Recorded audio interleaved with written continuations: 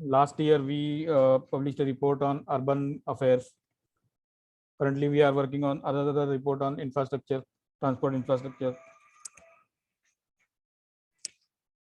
We also work with land resources, water resources.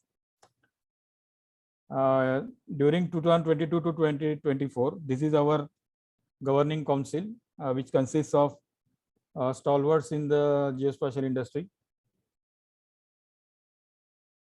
For these 2 years, these are our office bearers. And we are currently focusing on 4 verticals: infrastructure, urban development, water and agriculture. So this is our strategic plan. We interact with the geospatial market. We do market analysis, gap analysis for geospatial technology. We also generate knowledge in terms of blogs, reports, white papers, and so on. We also work on policy advocacy, and we also do technical partnerships with various organizations like IITs and so on. We have sectoral committees for the 4 verticals I discussed. We have dedicated committees for all these verticals. We do partnerships and collaborations with key stakeholders from academia, research, and so on. We also work on skill development, capacity development, seminars, outreach and communication events, stakeholder engagement, and so on. So this was my presentation. Now I request our first speaker, Mr. VSS Kiran from Google Analytics, to start his presentation.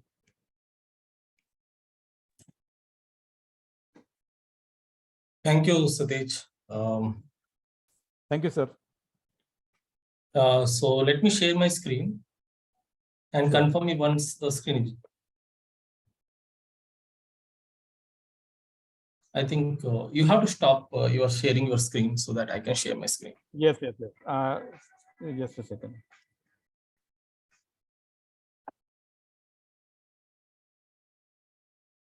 Just a second, sir. Yes, now you can share. Fine, thank you.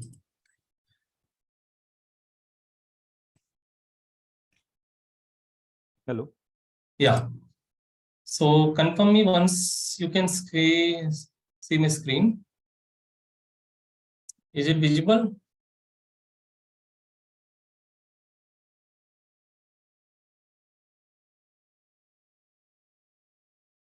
Hello. Yes, it is. Yes, it's visible to me. Yes, we can see your screen. Okay. Thank you so much. So good morning, students and faculty members and everyone joining for this webinar. So just imagine a city where the cutting-edge technology seamless integrate to create a smarter, more efficient and sustainable urban landscape. Today, I am excited to discuss with the applications of drone and UAV in the context of smart cities and how they are revolutionizing the geospatial technology. Myself, VSS Kiran, founder and CEO of Google Analytics and startup member of AGI. So before we deep dive into the technology, just to see the target, the vision of building cities for tomorrow. So let's take a moment to appreciate the significance of smart cities, the 100 cities as per the Indian government made, and the role of technologies plays in the development. Rapid urbanization, or you can talk about the couple with the need for sustainable and livable environments, demand innovations, or you can talk about the better solutions. Like talk about the smart lights, smart traffic, smart parking, smart lighting. Everywhere, building cities for tomorrow is play as a vision to make the cities much smarter and the citizens to be smarter. The smart cities leverage technology to optimize resource and enhance quality of life to tackle complex and urban challenges. So how we can take? What is the key agenda? What is the learning outcomes for the today? Let's think about the learning outcomes for the today's learning outcomes. Why drones and UAVs in smart cities? Understand the applications of drones and UAVs in smart cities. Within that, we could discuss benefits of drone, types of UAVs and camera sensors, drone and UAV integrations, discuss one use case in infrastructure planning and monitoring in smart cities. Because there's a lot of use cases, we are not able to cover all applications, all different use cases in 30 minutes. I just give you the one single use case, very deep dive, so that you can understand how drone technology play very vital role in a smart cities.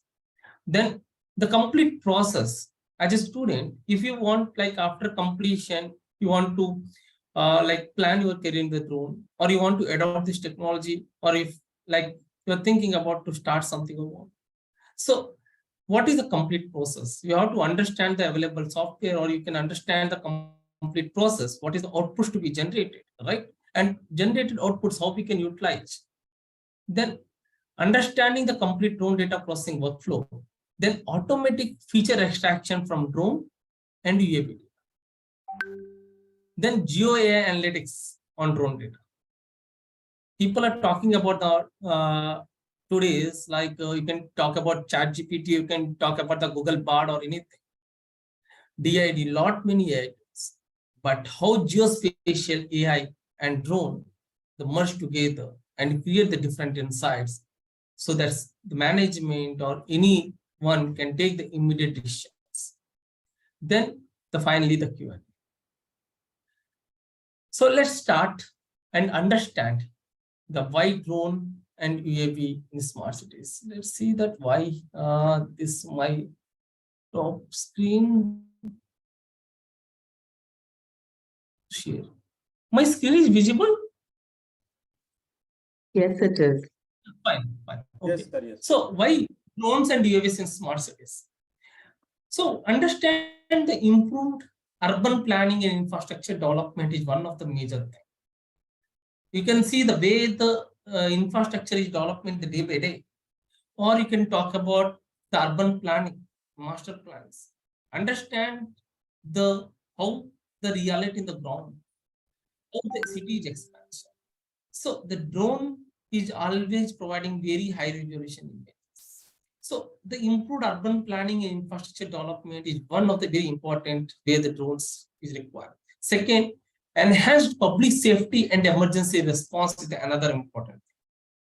So when you talk about the public safety or emergency response, we can see that there is two type of the things. One, the drone which directly the survey and mapping. Another side where the delivery, where the emergency response, where the safety, multiple things are coming where we can monitor continuously using the different sensors and cameras. So smart cities is not only the doing the data, but it's also doing the continuous monitoring or getting the alerts, or in terms of the emergency response, drones are playing very important. Then third is the efficient traffic management and transportation. So when you manage the traffic management, we know the CCTV camera feeds are there, normal traffic signals are there, but how best or efficient we can manage the traffic. So to understand that also, we can directly know that how we can manage very effectively. Then third, environment monitoring and sustainable solution for the rapid delivery and the logistic purpose. Then third is the cost saving and economic growth purpose. So this is also one of the very important. So to aspect these all, the drones are playing very important. But drones are not limited only the urban. It has also working this utilities. It also requires the agriculture. It also requires the forestry, each and every sector. So infrastructure, you need to talk about the new constructions are happening when you want to monitor the construction sites. There's a new city like development plan, or you can talk about like the better manage the city. Okay, understand the city surveillance. So each aspect, this is very important. So what are the applications when you talk about the smart cities? These are 5 key applications I'm just going to tell about. These 5 are urban planning and public safety and emergency response. Then we have a traffic management, transportation, environmental monitoring and sustainable solution, right? Then we have a rapid delivery and logistic purpose. So all the aspects we need, like the drones and when you talk about the UAVs in smart cities. Just take the example of the first one, which I'm talking about, the urban planning and infrastructure scenario, or you can take. So when you talk about the urban planning infrastructure, the aerial survey and mapping of the urban planning is very important. Aerial survey is like when you talk about the UAVs unmanned aerial survey. So high resolution drone data playing very important role, one. And second thing, the video feeds which we require. So construction, site monitoring and inspection. Then the infrastructure, when you consider, so infrastructure maintenance and asset management also is one of the important. Now, the another one of the important I can talk about, the urban design and architect visualization. Okay, so the another thing we can talk about, public safety and emergency response.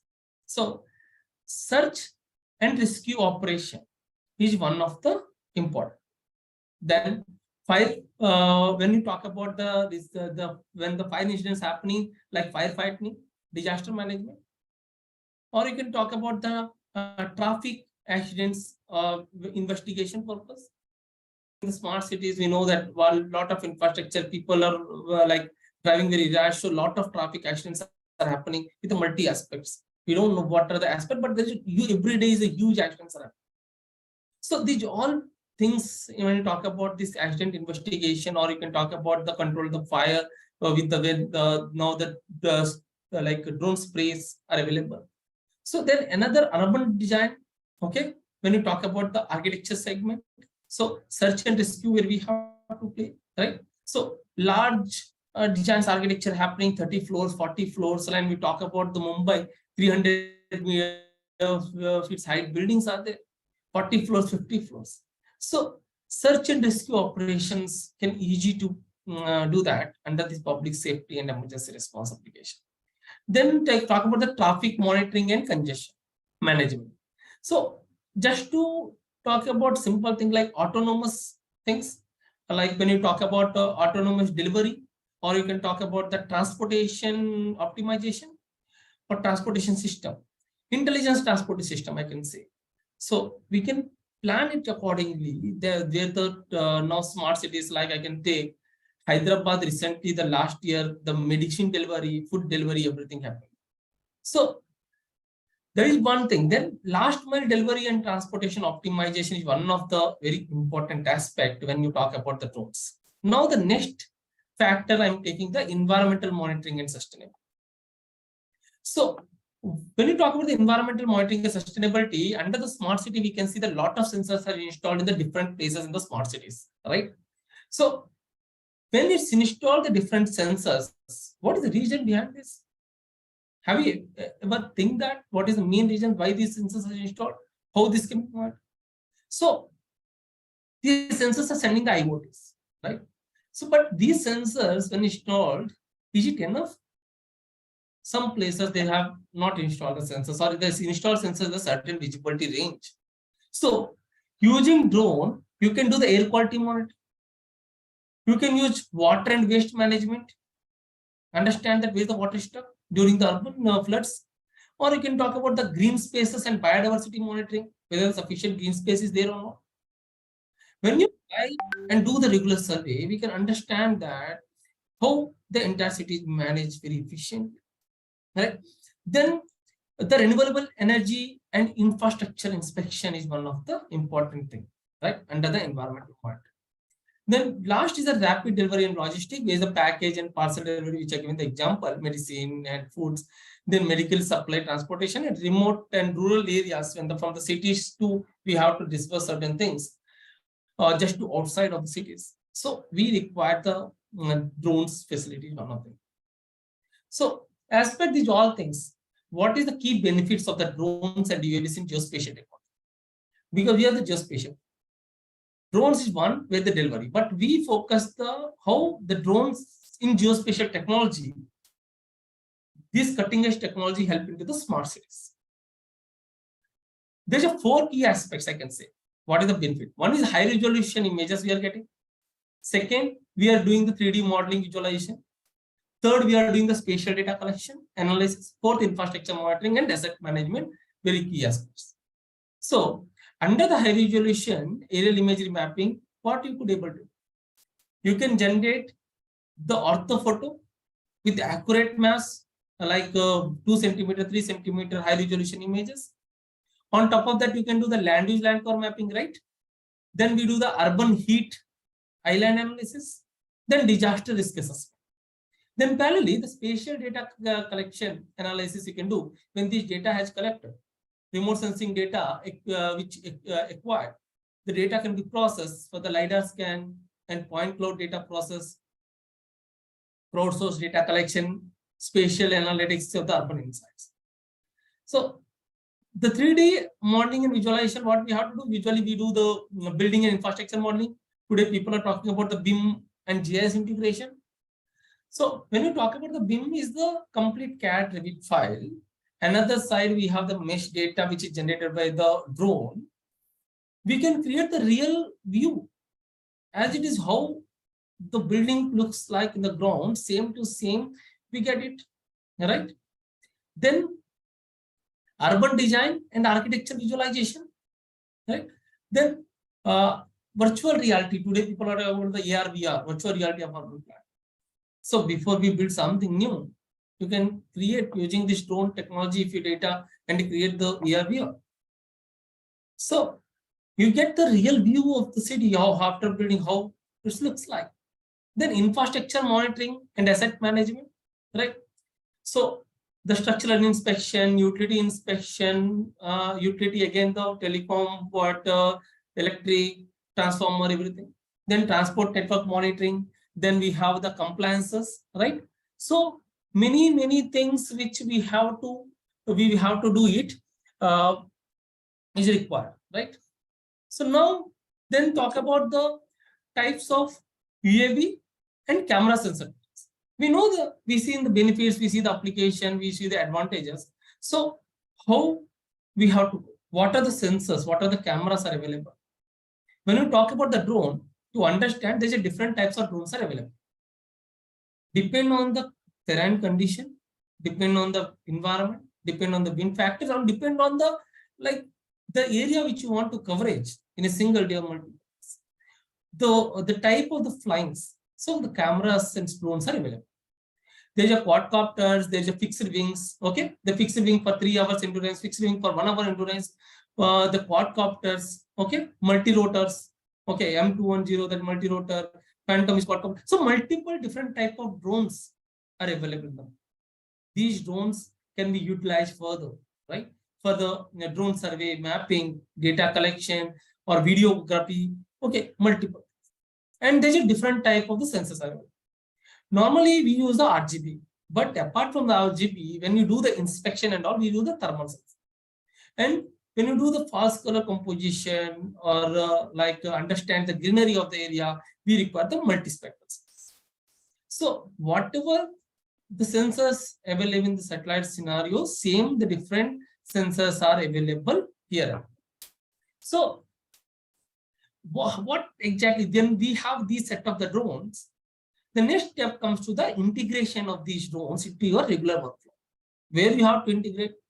You can take any of the below mentioned the particular domains, like agriculture you want to integrate, you can integrate, delivery segment you can integrate, utilities, as I mentioned, energy and power, right? Environmental monitoring, geographic survey, government, under now I can say Swamitva project, NHA project. So all these where the geospatial and the drone surveys happen. Then humanitarian, mainly for the health aspects, medical delivery, medicine delivery. Then industry operations, large industry operations within the industry itself. Now they have reduced the team members when you have to deliver the small kits and all. So they are using the drones. Talk about any big industries like take whether it's a iron or steel plant or I can say oil and gas. People are using drone to either in terms of the monitoring or in terms of the sharing the or sending the certain material to one place to another. Then infrastructure development, when you talk about the infrastructure, continuously monitoring, progress monitoring, understand what is the progress. Then logistic in terms of the delivery, mining, how much mine happens, so understand the mine volume, create the different terrains, 3D aspect, 2D aspect, oil and gas, right? Then real estate purpose, real estate is again one of the important aspects where the people has continuously require. So suppose once the drone survey happen, I have the 2D photos, I have the 3D. Okay. So if this data can share with anyone. So as a client, as a customer, I don't need to visit to the ground to purchase any property. I get the complete view to see the drone data. Then sports and racing, when the sports are happening, racing happens, that is also side the people are continuously capturing the data as a video. And later that is integrated with the full motion video, integrated with the GIS, where we are getting the track. So data collection process is one of the important things, but this collection process is always depend on your domain or industry or the application which you are selecting. Just to give the example, when you want to create only high resolution maps, there is a edge direction we have to fly. But when the inspection of the any utility pole, we have to go to the circular survey from the bottom to top. So we require the 360 views. So same we want to construct the one building, the same to same real view. We require again the three. We have to do the either round or else we have to go the horizontal, vertical, both in the rectangle. So the type of the survey, okay.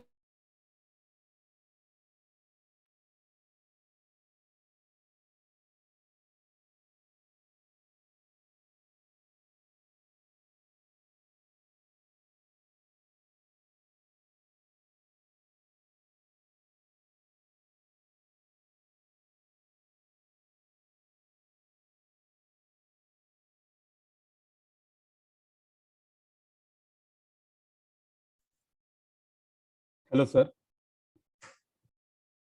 Hello, Kiran, sir. We lost you. Yes, Kiran, sir. Hello.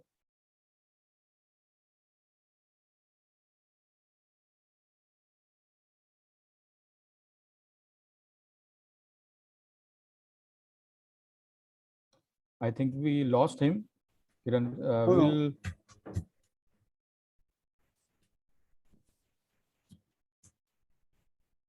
Yes, sir. Mic is mute. Hello. Yes, sir. Yes. Yeah, yes, clear, right? So Yeah. please let me know that how long you lost the network so that I can talk about that. So the next is that let's talk about the construction monitoring part. When you talk about this construction monitoring, basically the drone is playing an important role one. So I'm just taking the example for the infrastructure monitoring today in the smart cities. So what are the places and how we can take? So drones in mainly the construction industry is aspects of the 4 factors. One, we have to save money, right? Another thing, we have to save time, right? Third, we have to reduce the risk. Fourth, we get the provide utility factor, right? So this is the 4 factors: save money, save time, reduce risk, and provide utility. So drones is very important when you talk about to comparative with any other technologies, not only in terms of the real-time capture or when you have planned that time, but it also affect like in terms of the save money, time, right? And reduce risk. So how the main thing one, it's a smaller area. Like when we do the small construction industry, hardly is less than, I think, say it's around 6 lakh SFT or 500,000 SFT, right? So smaller area. So one drone can fly with a smaller area. It hardly take the 15 minutes or 20 minutes task to fly. Second, to process this image, which save the times. Third is the reduce risk. So if we go to send someone to the construction industry to monitor and do it, okay, there may be the risk factor. But to flying the drone on both the construction industry and to just capture, so risk we have to reduce completely. Third is the provide utility. drone provide complete utility benefit in terms of the stacking opportunities. So this, when we talk about the save money, when you compare with the satellite and other data sets, the cost is very high. If you go for the manually also, its cost is very high, where the drones can is optimize the complete cost. Okay. And it almost is, I can say, cost-effective solution in all the aspects. If in the longer run, I can say 5 kilometer or 10 kilometer also, if you go and to want to monitor, it always beneficial when you talk about the drone. Second, the save time. How we save the time? Like if there is a place where we want to go, so we have to like rush into the traffic, the inspections. If I want to perform the particular area, with the new constructions happen within the smart cities. So we know that there's a traffic congestions, then we have to travel to one place to another place. Then after visiting that, we have to like spend certain time. Then also we have to monitor each and every aspect. If its area is more than, I can say, like 10,000 or 1 million SFT and larger area, I can say.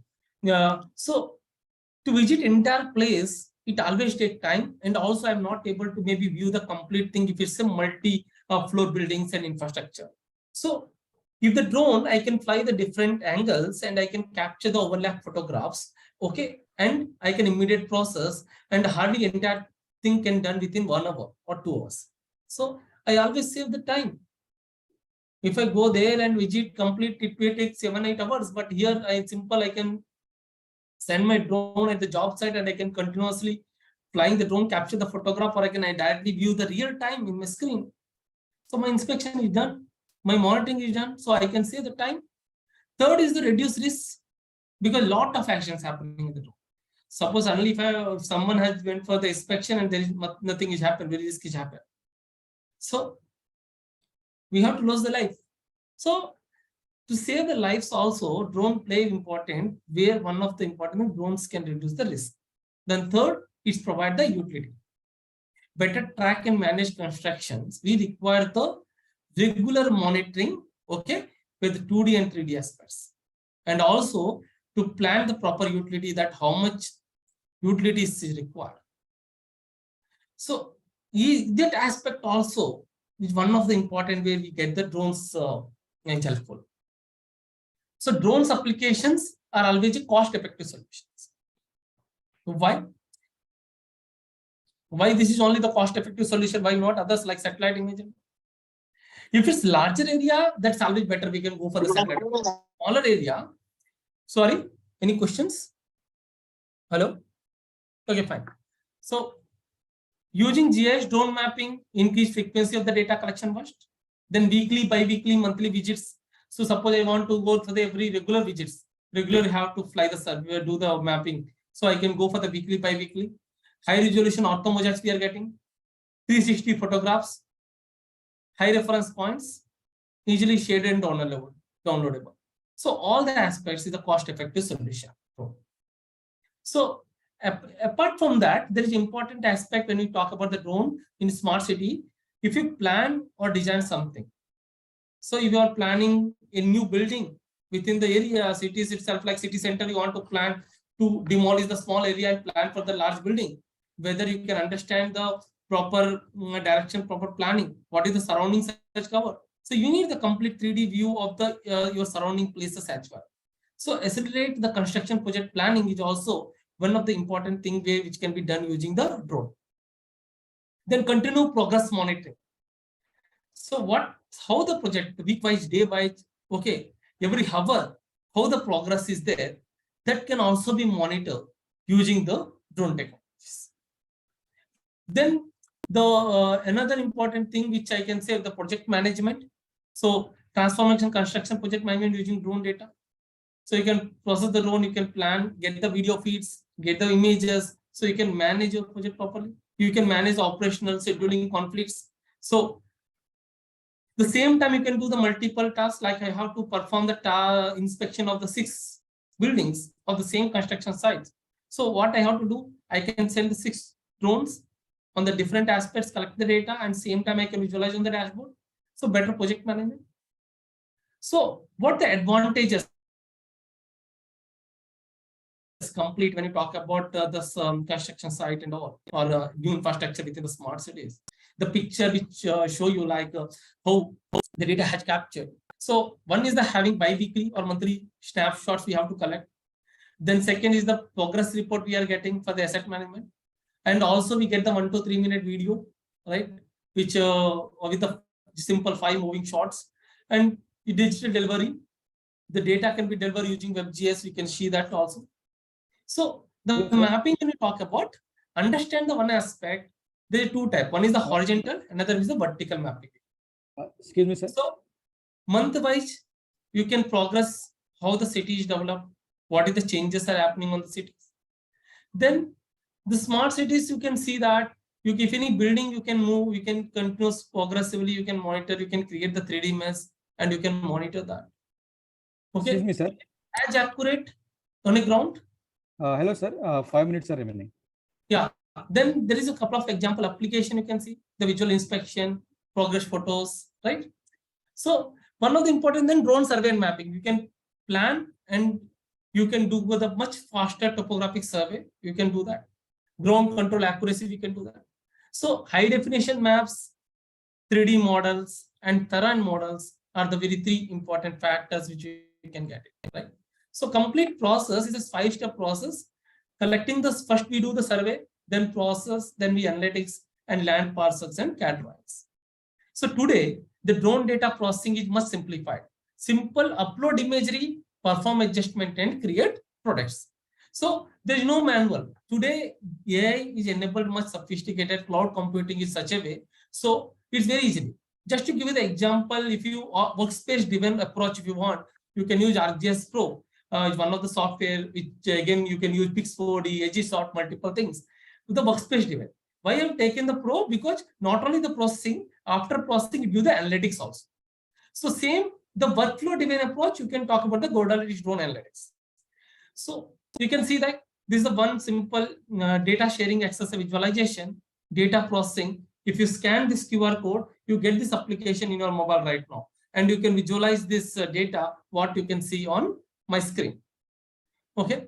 Then automatic upload, once you data browse and upload, and you go for the cup of tea or coffee, or come out after 1 hour, your entire image process is ready and ready to use for the further products, right? So outputs, basically, we get the orthomosaics, 3D models, exports of the multiple file formats, elevation models, okay, and ground control point, reports. So many things we get the output.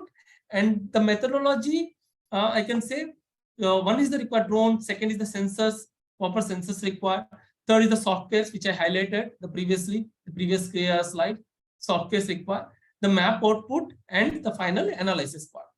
So this is the, once the data is ready, you can use AI to automatically extract the features, right? So here I can play you one small video, 1 minute, so that you can understand how it's work.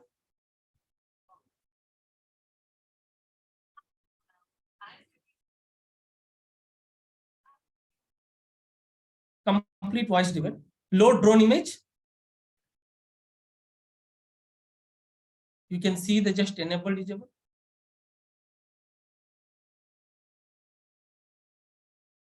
Extract building footprints. System is extracted the voice command, okay, on drone image. Now select the plot.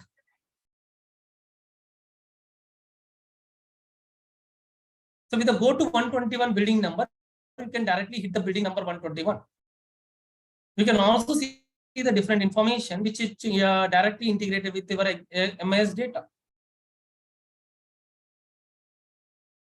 Go to 316 plot. So likewise, today the technology and this cutting edge technology changed the world, and the smart cities we can use much in multiple aspects. So this is one small example, the feature extraction, process the drone data, visualize the drone data on top of Analytics smart mapping platform, and extract analytics.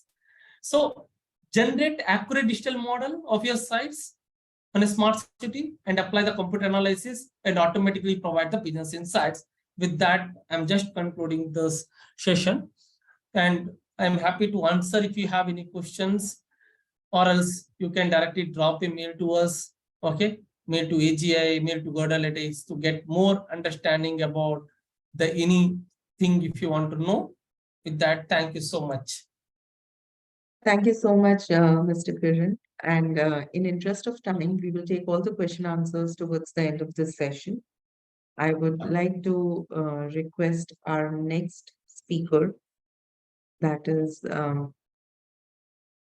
just a second. That's Roma Chakrabarti from ISRI India, who would be talking about geointelligence for smart cities. Roma, I welcome you on this webinar.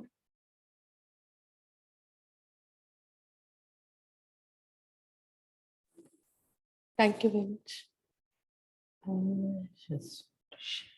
Yeah, Roma, just check if you can share your screen. Yeah, I'm checking. It is visible? Yes, it is. Yeah. Can you just make it on Yeah, screen? yeah. I'm doing. Okay, over to you, Roma. Thank you. A very good morning to everybody, all the students, the staff members, and all the rest of the speakers. So one thing I would like to apologize today, my throat condition is not very good. So if there is any disturbance, kindly excuse me for that. But I will try to be short, specific, and uninterruptive, so that my cough don't interrupt your views. Okay, so it is about geointelligence for smart cities. So dear friends, what I always believe and what I always tell, cities are living entities. Why? Cities are complex, it is ever growing. The main role of city administration is to deliver citizen services among all these growing complexities of the city.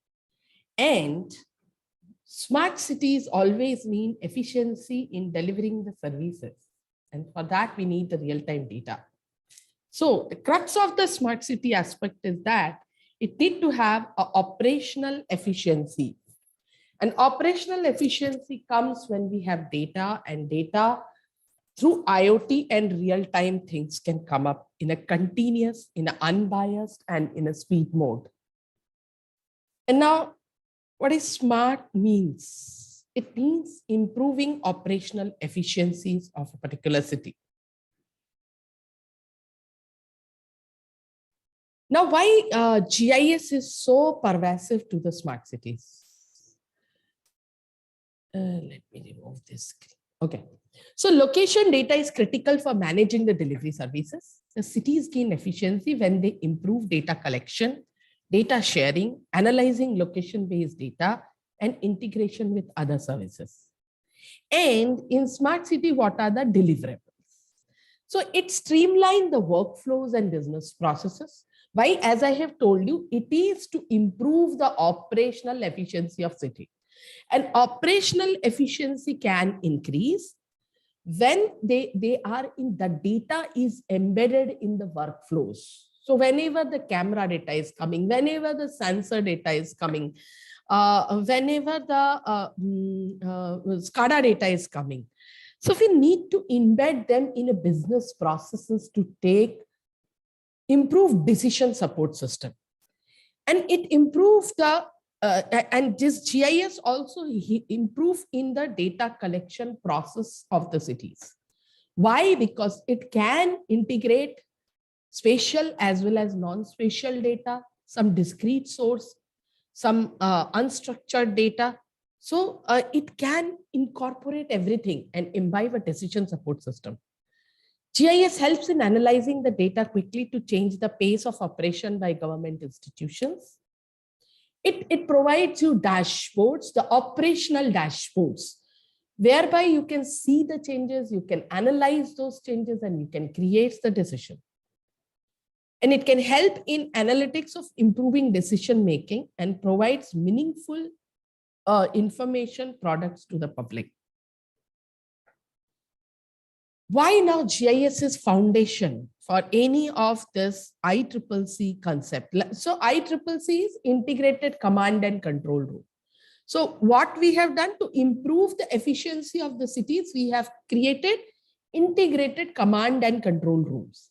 Now the objectives of, what was the objectives of the control room was to see, okay, we have put up the cameras in the cities to look into where, what type of problems are happening. Then we have put up the environmental sensors in the cities to get the environmental data. We have put up the sensors over the street lights to gather which lights are performing, which are not.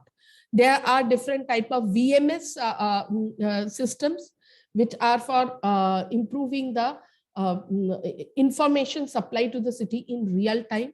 There are Wi-Fi areas in the city. So all these are components of smart city. Now, all these components need to be in one platform for a decision making. Otherwise, you cannot take a decision. Like, suppose there is an incident of fire in the city. So you need to have all the assets which are there. First, the location where the incident has happened.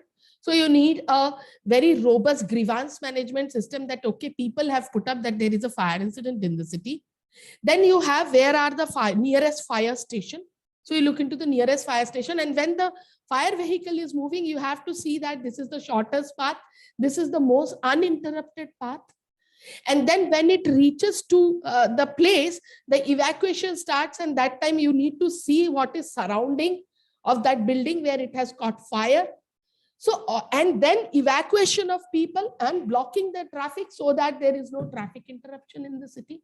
Now, all this, when you want to combine together, you need a GIS platform, because all these are discrete systems which are working, and their working can be uninterrupted only if they are on GIS. So what we say is GIS provides the foundation to ICCCs. It maps the unstructured data. Unstructured data means which are coming from social media, which are coming from Axis file, etc. Then there are tabular data of different type. There are LiDAR data, point data. Kiran has already covered about the most of the things for drones, etc. So terrain, imagery, voxels, vector, 3D, CAD BIM data. So that is also important component. Then there are real-time data from IoT sensors, multi-dimensional data from different places, from satellite images and all this over a same geospatial infrastructure or decision support system. Now, today's GIS also integrate the data from other sources, like there may be some ERP which is running in the city. So ERP, what they does, they are for the e-municipalities, ERPs. So this has a particular role to provide a governance. When you relate that governance aspect to the GIS, it gives you a different perspective of governing the cities. So this can be done using cloud computing, enterprise integration, shared services, open access. So you all know about the OGC compliances. So open access to any format, real-time tracking, so API-based integrations to the systems, advanced spatial, and on the basis of that, you can do on-fly spatial analytics of different types, and Geo AIs.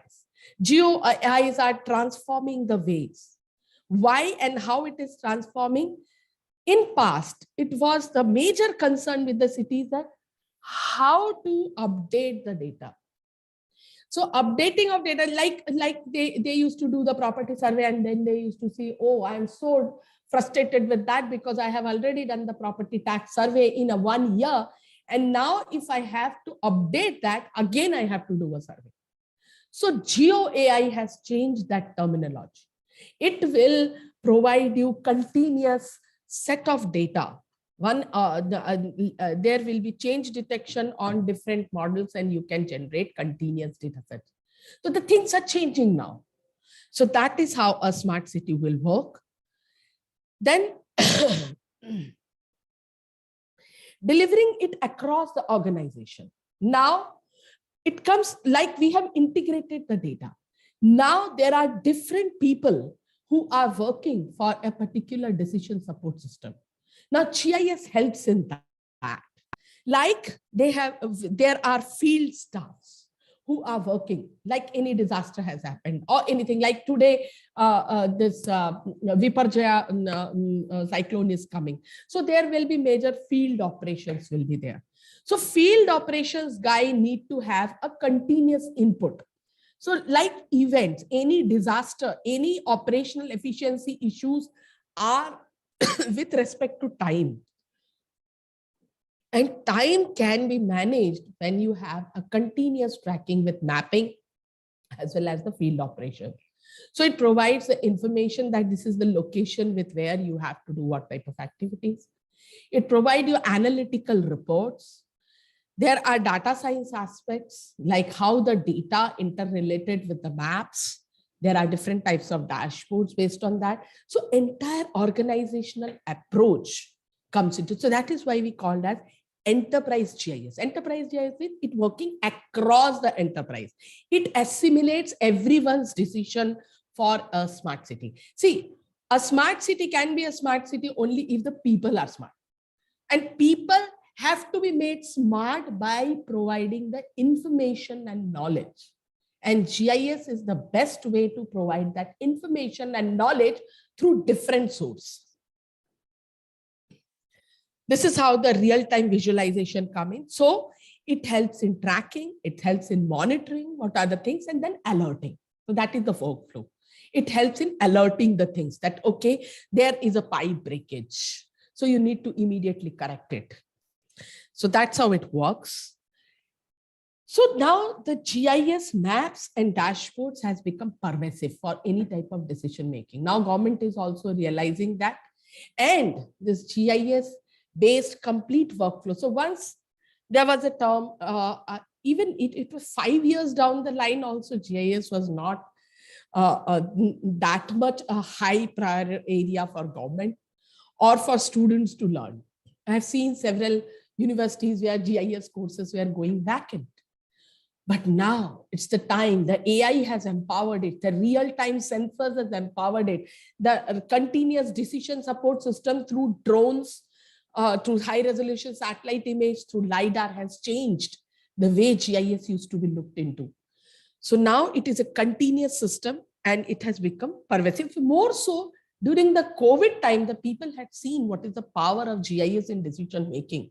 So what GIS has done, continuous information from hospitals, it has been analyzed that how contact tracing is happening, which are the quarantine zones, and how to provide the medical facilities, how to provide the other facilities to people who are in need, who are in distress, how to manage and coordinate the assets.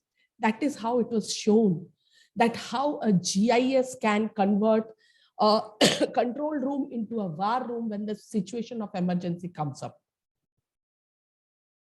Other use cases. So weather and air quality, today all of you know that we are continuously monitoring any type of weather activity, any type of climatic insurgencies we are working in. We are also monitoring the utility networks via SCADA.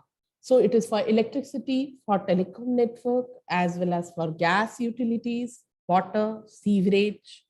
All the SCADA network are providing them real-time information. Like in water supply, you know where the pressure drop is there. And accordingly, you can look into that, why this pressure drop is happening. So there may be some type of leakages or asset and entity tracking. So it is in terms of different mobility aspects. So where the ships are. So now, nowadays, you have seen all the metro stations, they are giving you over the PIS that, okay, this metro is arriving at this particular time. It is expected time is given. So that is through GPS based tracking.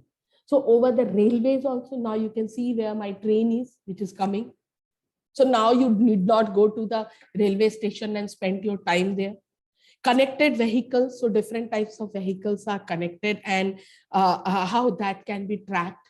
A complete FNG sector has been benefited through this technology of GIS. The infrastructure protections, which are the critical infrastructure in my cities and how to protect that. Personal tracking. And personal tracking means people who are very crucial for any type of operation, they can also be tracked using the GIS technology, and these are some of the use cases. This is another view, how it improves the operational efficiency. So you can see that any operation is happening. It may be for evacuation, it may be for any type of operations which are happening at a particular location. So you can track over real time how the things are moving from one point to other, which are the points of concern over that. So it can track vehicles, bus, train, metros. It helps during any type of events, and it improves planning and real-time decision support. You can track thousands of assets in motion. So we are now talking about integrated traffic management systems. So this can happen via tracking all the things which are in motion. So you can see, you can plan the last mile connectivities of any place. You can plan of TOD segments, transport-oriented development, by looking into what are the last mile connectivity, how the different sources of transport are integrated with each other. You can also improve the efficiency of fire vehicles, of solid waste trucks through this, and police patrolling, because to reach the nearest incidents of problem become important for police. So that type of tracking can happen. And then there are unlimited stationary sensors. These stationary sensors are, every electricity has some SCADA systems. There are smart meters in electricity, which are coming now, which are being forced, which are coming. So you can have the direct access to the meter readings. Now, no billman need to come and check your meters. It cannot be modified. It will be automatically going, and you can do a lot of analysis on the top of it using the GIS. It can track also the social media. So what the people are talking about the particular aspect. So you can track that on GIS also. That is very critical, because a smart city planning also should incorporate people's view, what they are talking about, what their problems are, and that is how it get mapped and tracked. And these are for the Internet of Things. So there are a large number of Internet things.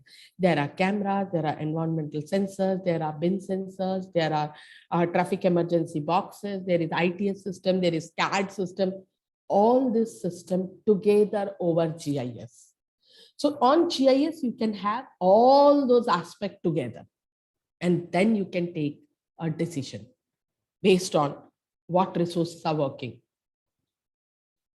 And then you can also do real-time processing of those big data. So all these data, which are the trillion bytes of data which are coming from all the sensors, you can do a real-time analysis, which are the hotspots, which are the location where the problems are, so that you can adopt the decision accordingly. Like for example, if I tell you, you might be aware of that all the smart cities are having pollution sensors at different locations. What is good to look into that okay, these pollution sensors say this is the NO2, this is the SO2. It actually don't mean anything for a common man.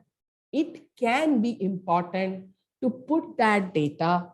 You have to create the complete contours of pollution, and then you need to analyze which are the sink area and which are the divergence areas of pollution.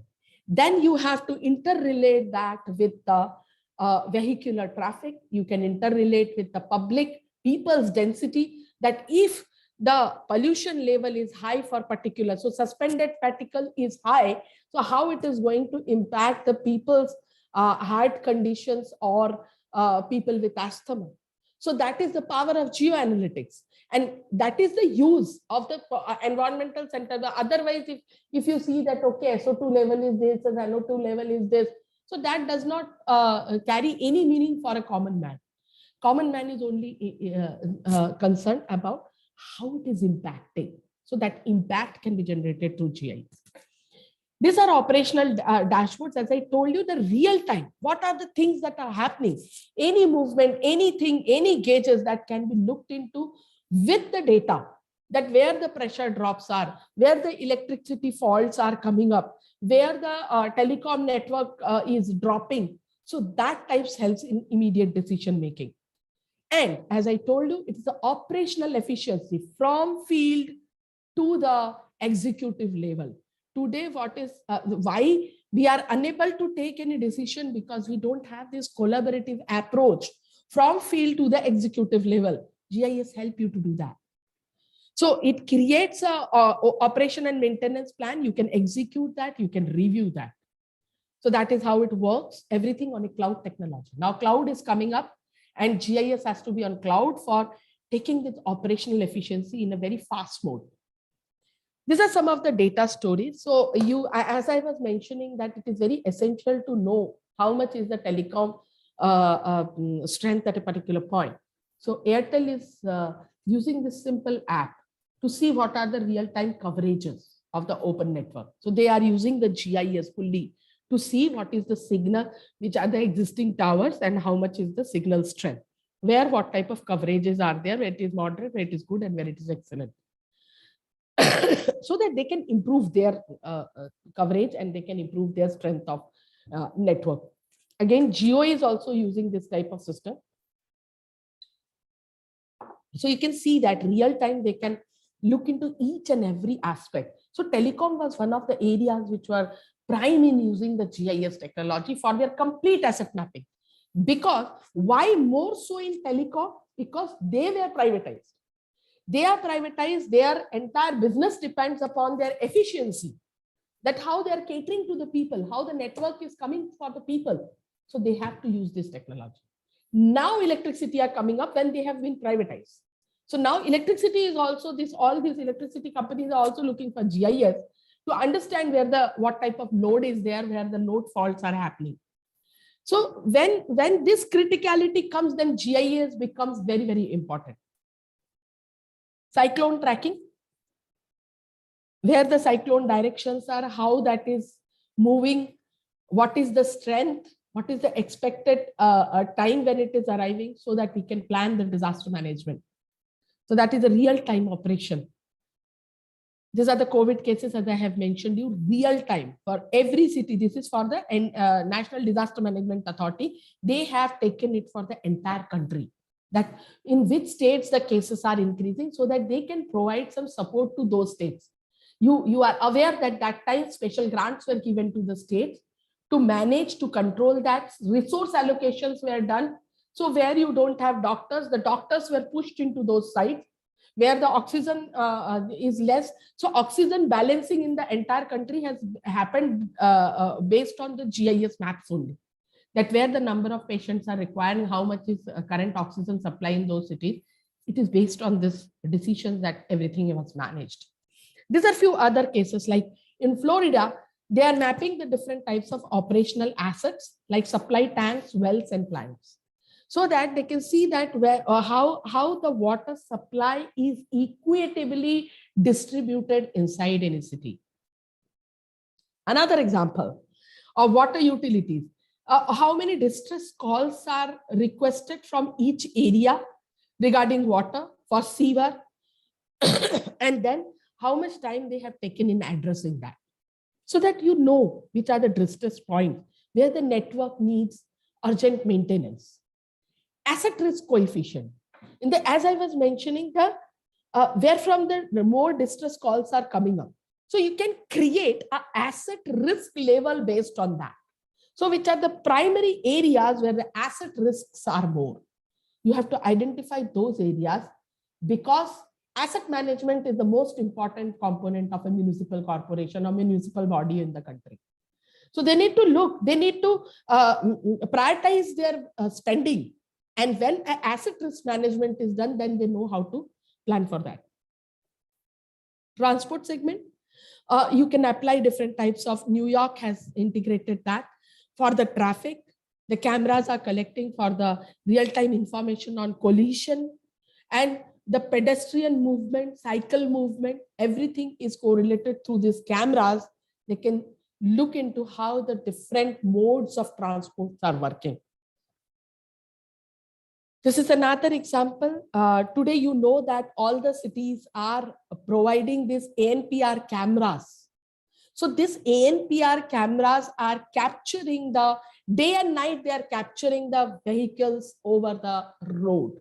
So that can be this, the shape of each car can be integrated, that what is the multimodal system of transport on a road, on a junction, and how then the traffic can be planned in a better way, which are the points of traffic congestion. You can see in the bottom that they can identify which are the points of congestion, which are the problems of traffic problem, which are the points of accidents that can be captured when you do this type of analytics. And these are big data analytics.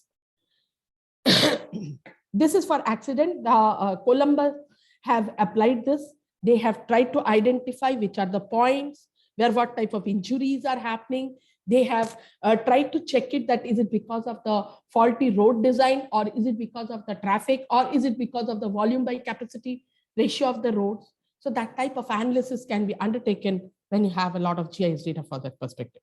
And the data, as you see, are updated every week for decision making. For safety, as I told you, this is one example of street light. So you know that crimes happen mostly in those areas where the traffic lights are faulty. So which are the dark areas in the city, there that people get more courage to do any type of theft or any type of other crimes. So a simple application. Yeah. Excuse me, madam. Yeah. 5 minutes are remaining. Yeah, sure. I will complete Yes. in that. So this is a simple application that which it is being associated with the crowdsourcing app that they have provided, that this traffic problem, traffic lights are not working. And then also again they have classified into 3 parts. So green dot is okay, the ticket has been raised. Yellow dot is that that has been analyzed in the first step. So if it is only a matter of changing the bulb, it is only a yellow tick. But suppose there is a major problem in the entire network, so that has been put into red color. That here the issue is different. They have addressed the traffic signal people has traffic poles has been addressed, but the problem is something different. So that type of operational efficiencies can come up. This is flood hazard mapping over the digital elevation model. As we know that urban flooding has become very common with the climate change issues. It is becoming more aggravated, especially in the coastal cities. So that type of flood mapping, so that we know which are the critical infrastructure which are in trouble, which are the vulnerable population who are in trouble because of the floods in the cities. Crime analysis, what types of crime happening in which part. You can analyze that this is the part where the crimes are happening mostly. So the decision in terms of increasing the patrolling vehicles, increasing the police station, looking into what types of problems are happening and why it is happening, what types of crime are there. So different types of hotspots can be generated. Economic aspect. So when we are talking about the smart city, economic aspects are also to be considered. So why GIS is very important for that? It's a growing market. It is an intelligent world we are living in. So where my markets are, where my raw materials are, where my manpowers are, where the finances are available, which are the creating export base, all this need locational intelligence. And that's how it helps. There are examples where the city, the Oakland County has looked into how the job creation, which are the new emerging businesses which are coming up in the city. So you know that we are living in the world of startup revolution. So which are the startups? How they can get the funding? How many jobs they have created? If that is being mapped, this is going to give a lot of boost to our market segments. See the figures, $5.4 billion. This initiatives has helped in increasing the things. 95,000 jobs. So that is how in the financial market also GIS plays a very important role.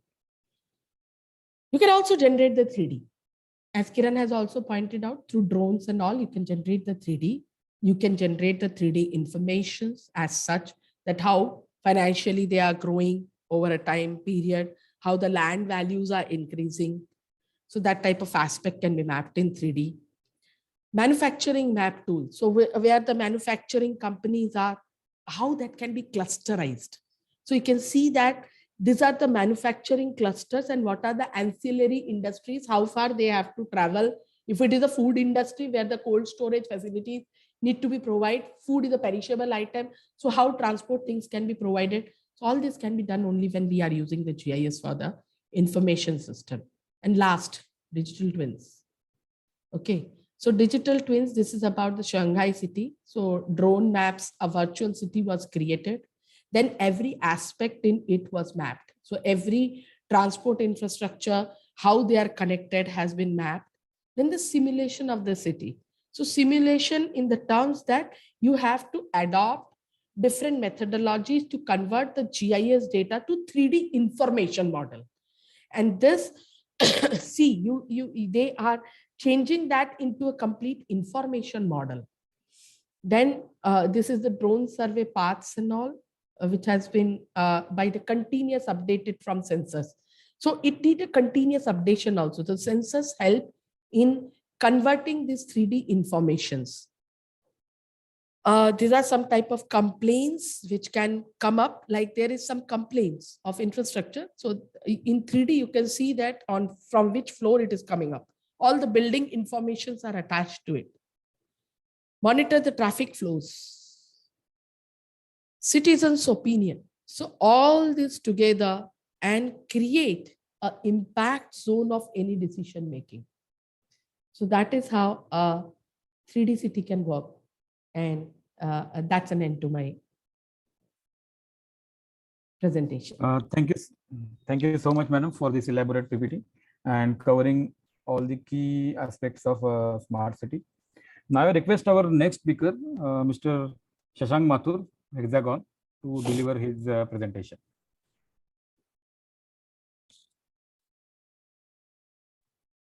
Hello. Yes. Hello, sir. Thank you, sir. Yeah. So I'm audible. Yeah, you are audible. Yeah. Let me share my screen. Yeah. Sure, sir. Sure. Can you see my screen now? Hello. Can you see my screen now?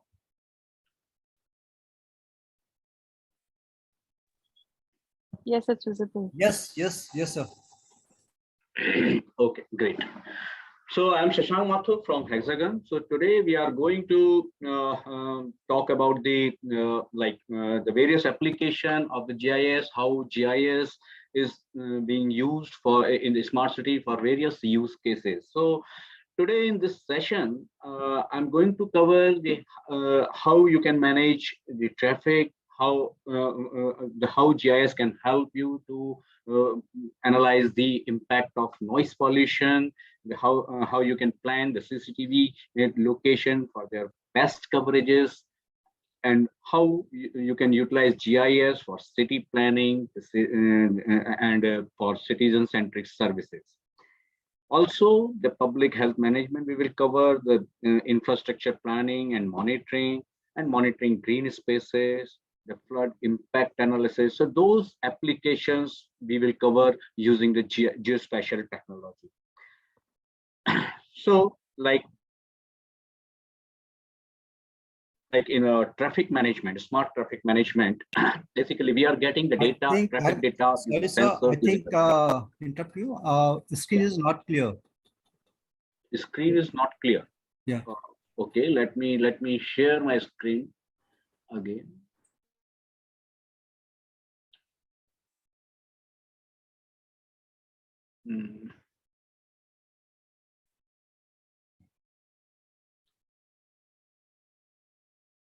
Can you see my screen now? No, as it is. What to do? Yeah, now I think I should.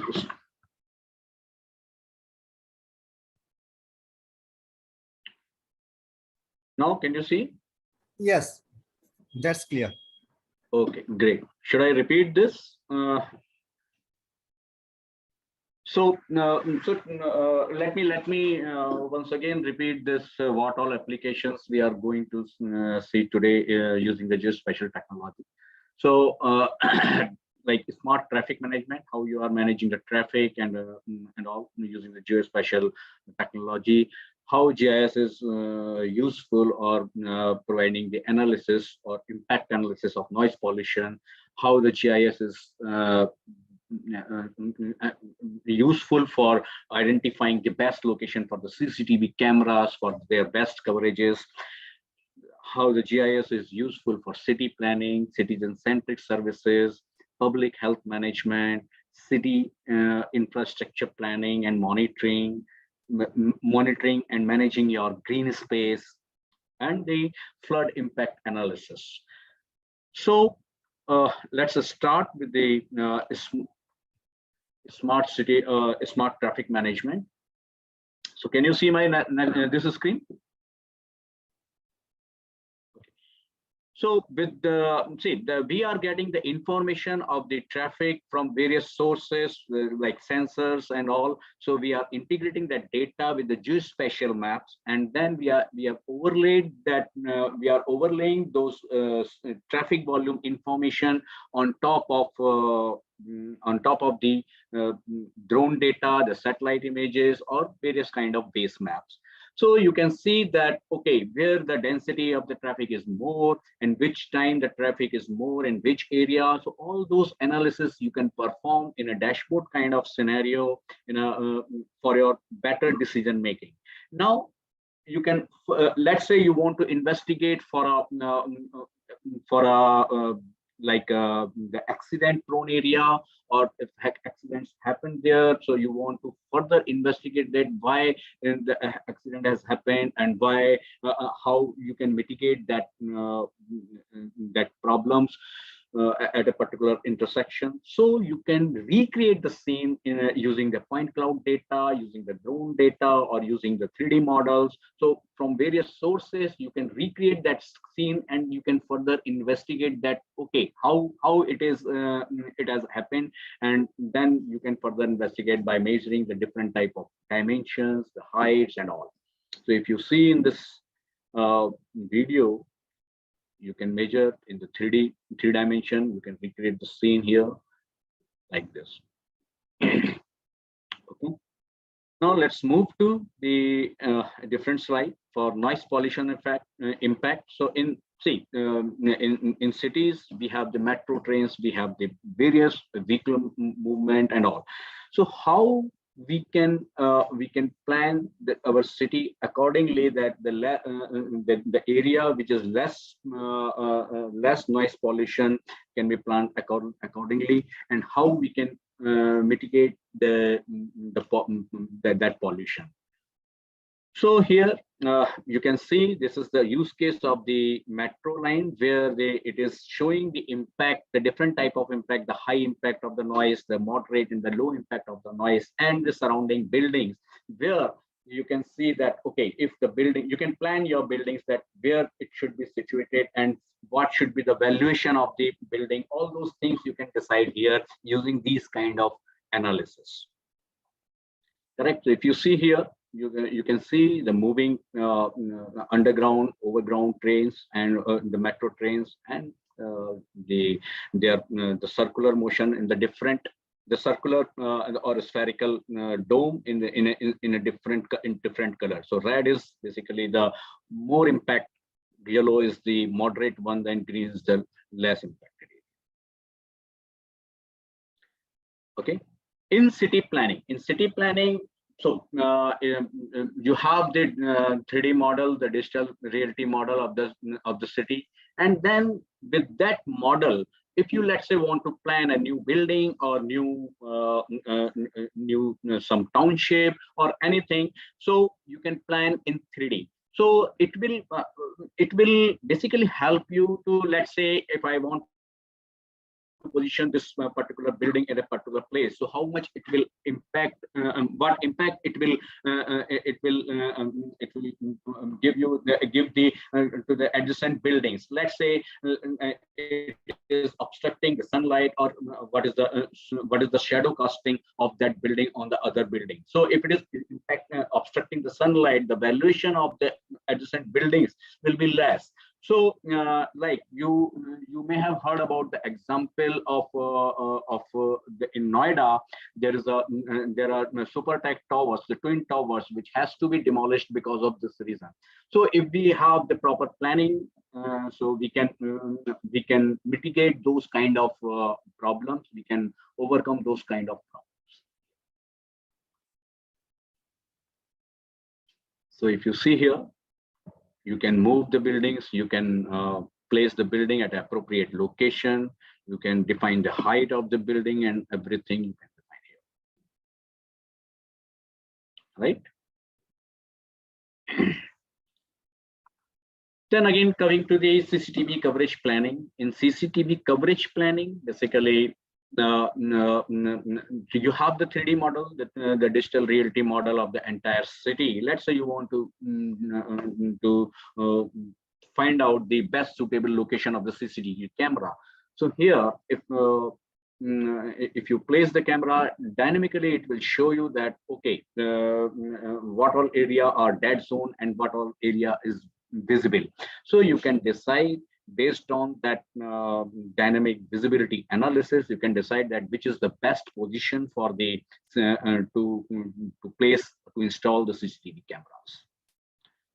So in this video, you can place at any height or any location, and you can perform that visibility analysis. So I will again play this.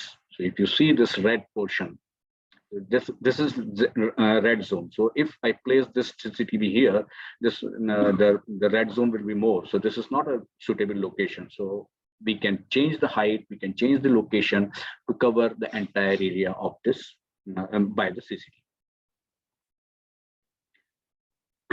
Coming to the citizen-centric mobile app. Select the login screen. Click on employee login. Enter username, register email ID, and so here in a citizen-centric service, these are basically the mobile app-based geospatial platform where the citizens can, along with the location, can register their grievances, and it will go to the centralized location and command and control center, and the team will be sent to that location to address these problems. So there are these mobile application for different type of use cases, can be for the sewerage or waste management, for any type of like pole light is not working, or any type of problem in the ULB area.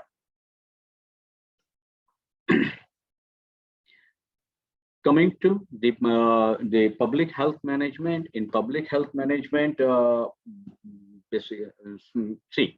using the GIS map, you can overlay the various type of wards, various type of zone boundary, the ward boundary, hospital information, the citizen information, their locations, those things you can overlay there. With the hospital information, you can also integrate the information like how many beds it has, what all facilities it has.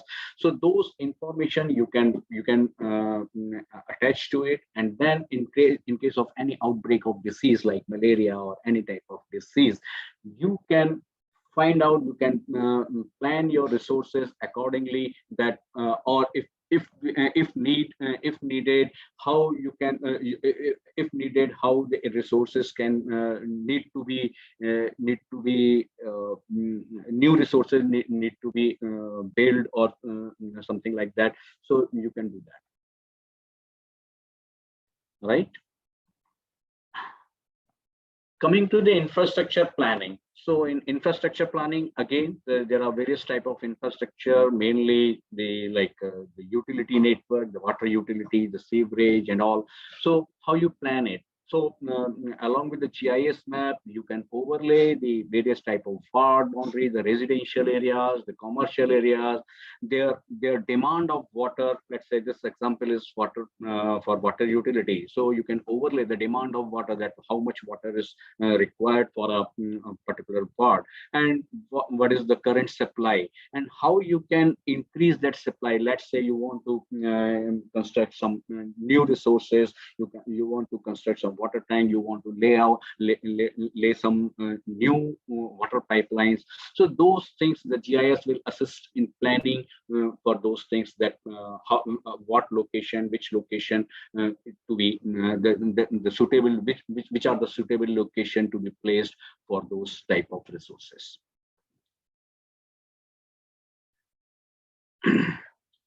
Now coming to the infrastructure monitoring. So like I said, the infrastructure like the water utility, the sewerage network, various type of network are there. These networks are underground also. So with that, see in the ground there is a, because of the heavy rainfall, because of the seismic activity, or because of the mining activity adjacent to that township or adjacent to that area, there might be some subsidence, and because of subsidence in the ground, these underground utility lines can be impacted.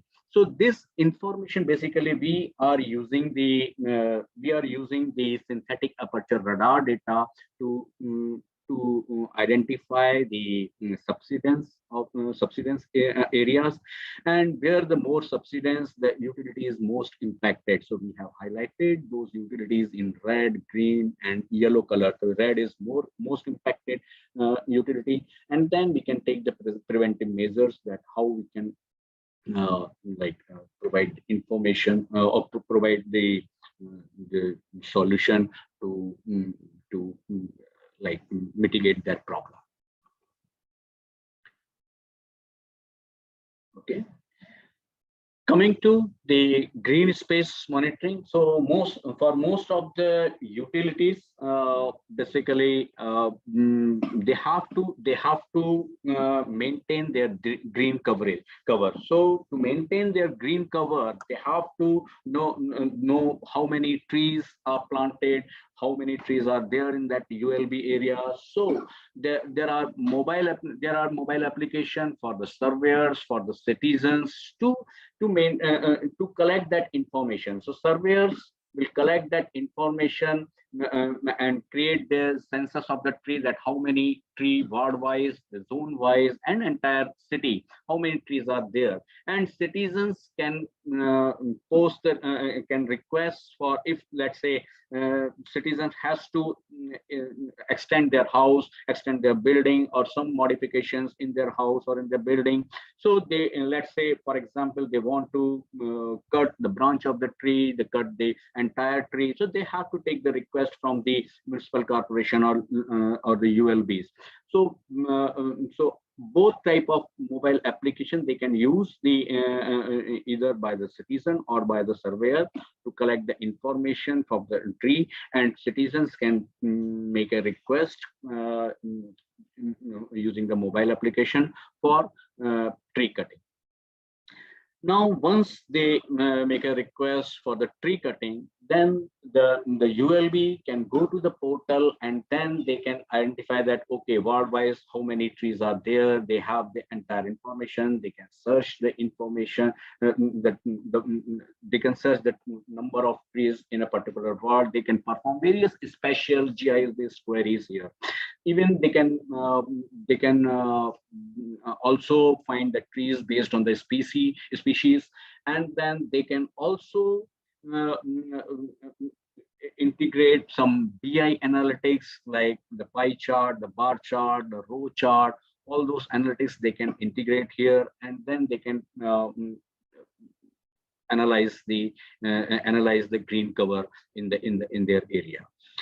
So even let's say if there is a tree cutting request from the citizen, that the approval process will be and there is a workflow where the authorized person will log into that portal. They will go, they will check whether this tree can be cut or not, or branch of the tree can be cut or not, and based on that decision they will give the approval for the tree cutting. So here in this you can generate various kind of reports. You can integrate the pie charts, the BI analytics, the various type of, and then you can take the plot also. Okay. Coming to the flood impact analysis, in flood impact analysis, the post and pre-flood impact analysis. So you using the drone data, using the satellite images, you can do that. But when you overlay that information, the flooded, the inundated area information on along with your the buildings, along with your assets, so you can find out that how much the assets or the buildings or any structure is impacted, and you can also find out that okay, how much compensation to be given to a particular owner or to the particular in case of agriculture field, it can be farmer. In case of building, it can be a building owner, or how much compensation to be. You can decide based on the impact by the flood or by any this kind of problems. So with this, I would like to end my slides, my presentation. Thank you so much. If there is any question, please let us know. Otherwise, we can discuss at the end of this meeting. Thank you, Shashankji, for your presentation. As you have completed before time, we have 10 minutes. So I request audience to ask questions to Shashankji and Rumaji also, if you have any question.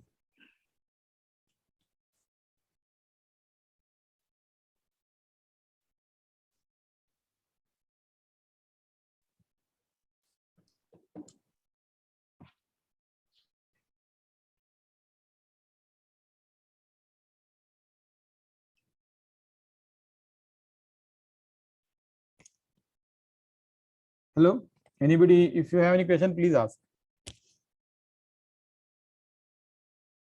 Satej, in interest of time, we are going to take all the question and answers towards the end. So if that's okay, we can move ahead with the next presentation. Sure, no problem.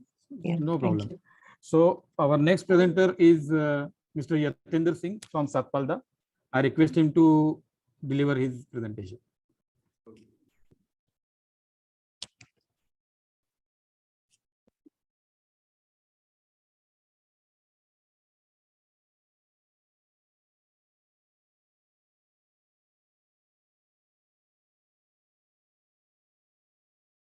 Okay, so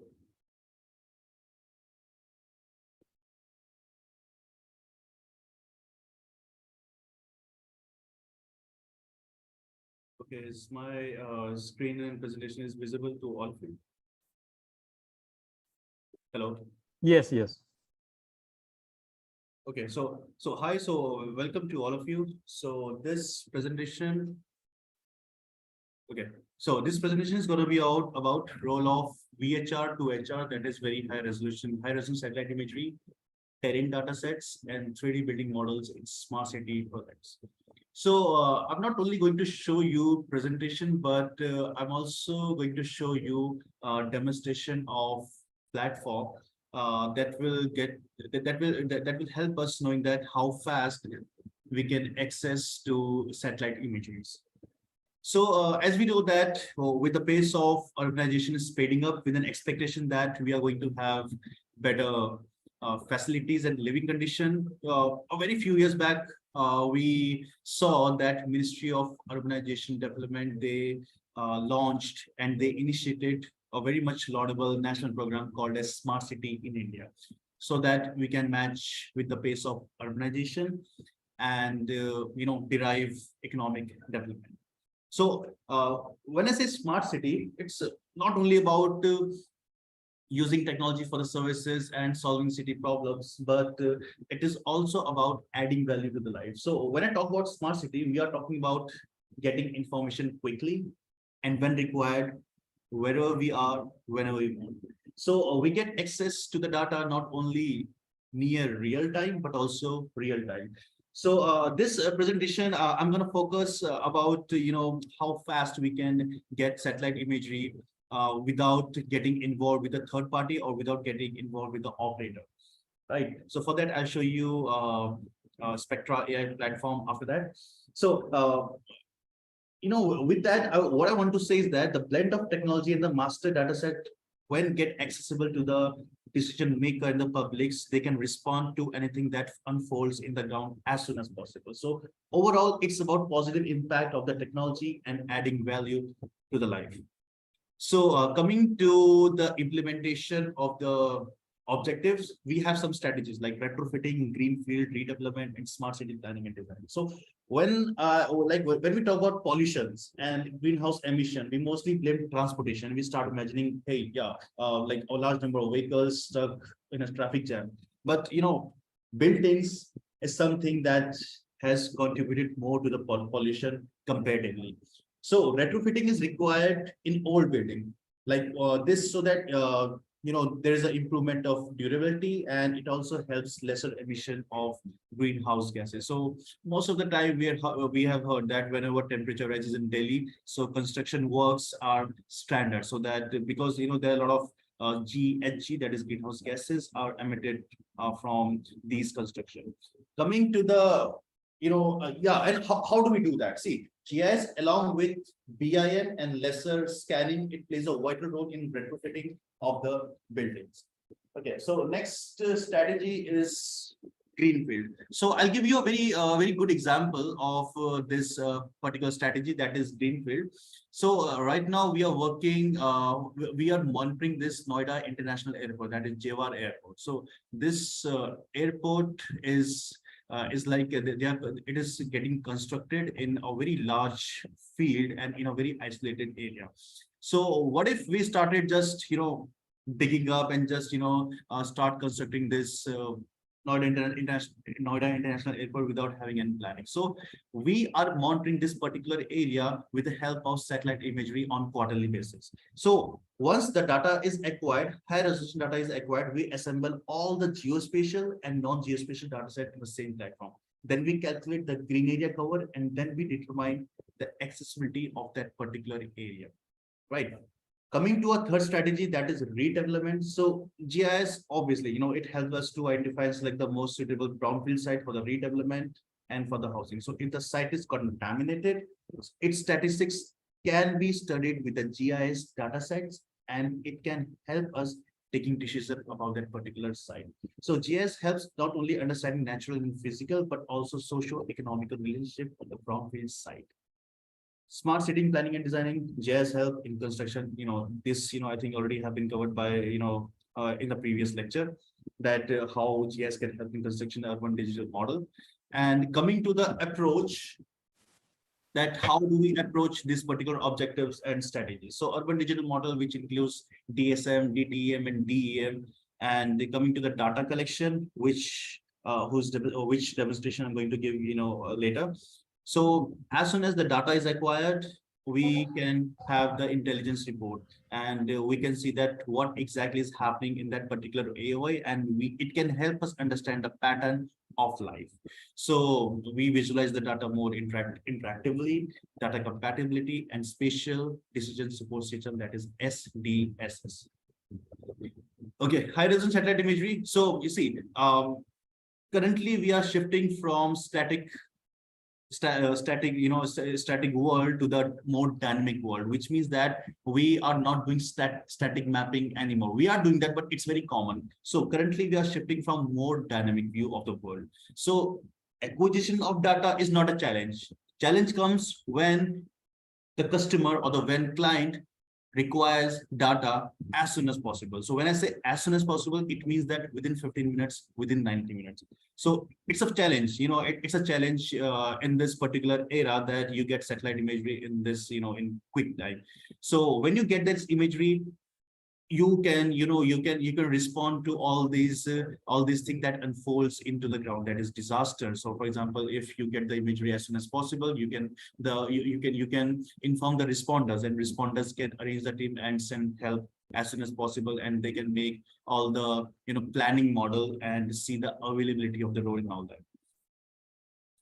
Coming to the terrain data, so once you have DTM, DEM, and DSM, you can you get the knowledge, you get the information that what kind of geomorphology that particular terrain is having. You can have this slope analysis, and you can extract the feature which is natural and which is human made. So with that, you can do surface water mapping, you can make the drainage planning, you can do the inundation level during flooding also. So this is how the 3D building looks like. So this, this is a sample of like Palm Jumeirah that we have done.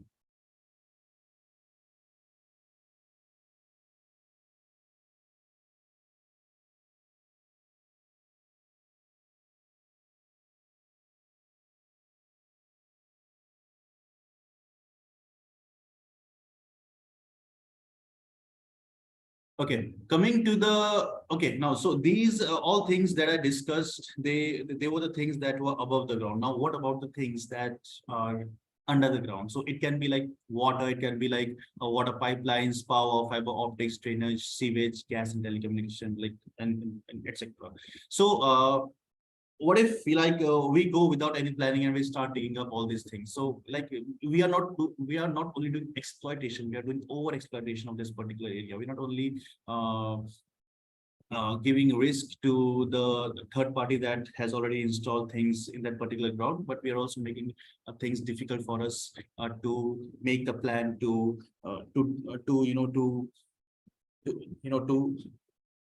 get the things where we want, okay, without having any planning. So GPR is the tool which sends the radio signals down to the ground and create an image of the features that are below the surface. And solid waste management. So waste management, we know that it has become a very tough task for many cities around the world. Why? Because due to the significant increase in waste generation because of population growth and combined with technological advancement. So once you identify data related to waste management, once you get the record of the waste bin, and once you identify the pre-existing waste disposal pattern, it becomes very easy for you to locate optimal waste dumping zone, and you can maintain the record about the amount of waste that is being dumped at the landfill site. Right. So now I'll show you a demonstration of the platform that which will get you idea that how fast we can get access to the data whenever we want and wherever we are. So I think this particular portal is visible to all of you. Is it? Hello? Yes, sir. So is it, can you see the portal Spectra tasking? Yes, it is. Okay. Okay. Suppose I'll go to any one of area.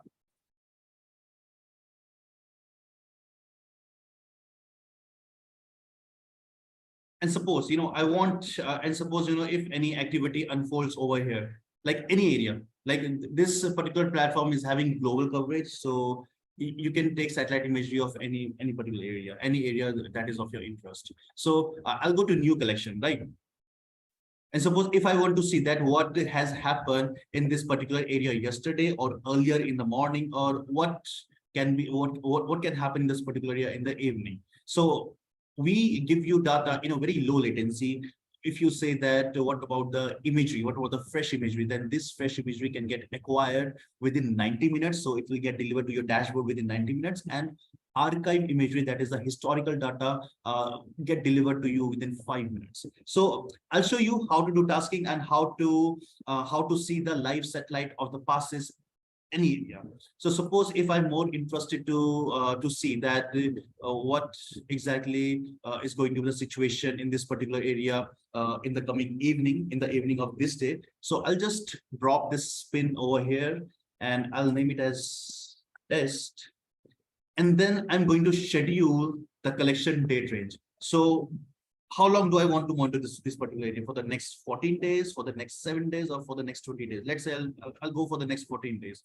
I'll save and I'll choose a frequency. For the next 7 days, I want to monitor this particular area for once per day, once per week, or maybe I'll go for the all available opportunities, so that as many as satellite passes, I want imagery to be captured by as many as satellite passes. So I'll go for all available opportunities. So once I do that, I'll see visibility of this particular area, which shows you the life passes of the satellite. So these green balls, these all are the opportunity that will get in this particular area. So if I click in any one of these balls, I'll go to global 16, and this will show you, not only show me date, but also time, that at what particular time your data will get acquired. Suppose it shows that 2:48, it's showing that 16. Tomorrow this data is going to get collected. So you see 1, 2, 3, 5 satellites, 5 satellites, 5 opportunity you're having in this particular area. So 5 satellites, 5 light passes of the satellite are here for tomorrow, right? And if you click on any one of these green balls, you'll see that will show you date and time. So once the data get acquired, it will get delivered to you to your dashboard within 90 minutes. So same thing you can do with with any particular area, anywhere in the world, right? Coming to the what product we have, like we have standard, that is a very standard satellite imagery. Also we are having area coverage, that means if your area is larger, if your smart city is like larger and you want to monitor this smart city on daily basis, so you can go for the area coverage, that is 2 times of the standard. Stereo is for the 3D visualization of your city, by which you can create DSM, terrain models. So these all are automatically derived products that you will get delivered, and you don't need to have any expertise in GIS, and you don't need to go to the operator and ask him to acquire images for you. Once you get this platform, once you have this platform and you have login credentials, you can command the satellites. Like you are the boss, you are the one who's going to monitor this particular area. Who's going to command the satellites to acquire this particular area for you. And once the data get acquired, you'll get the notification, you'll get the alert, you'll get the email that yeah, your data is acquired, please download that. So you don't need to go to the operator and ask him to do auto rectification also, because if I show you, yesterday we have today we got this data delivered. So if I show you sample that in what format and what deliverables we have for this particular area. So this is area. So this is the this particular area we are monitoring, where we'll install solar farms, and the client that we are doing for is Samsung. So if you see over here, you'll see that this is not only geo-referenced, but this is auto-rectified also. So as I told you, you don't need to have any GIS expertise, and you don't need to hire any GIS technical team, because your data is already auto-rectified. You just need to download it, like whatever format you want, in a zip for in GeoTIFF or an ITF. You just download it and you start processing, and you start doing the analysis of this particular area. So no operator in between. This is totally software approach. You don't need to go to the operator and ask him to acquire images for you, because it takes like almost 3 to 4 days. Coming to this data get delivered to you within 90 minutes, right? And in the same platform, we not only have tasking, that is, we not only acquire fresh imageries, we also have archive. That is, if you want to see the historical data in this particular area, that do we have any historical data? So from the same platform, you can access it. So I'll draw this rectangle over here, and I'll see that for last how many days I want data of this particular area. So I'll go for, let's say, last 6 months, right? And I'll select my product. I want in standard format or I want in stereo format. Okay, and I'll just go to apply.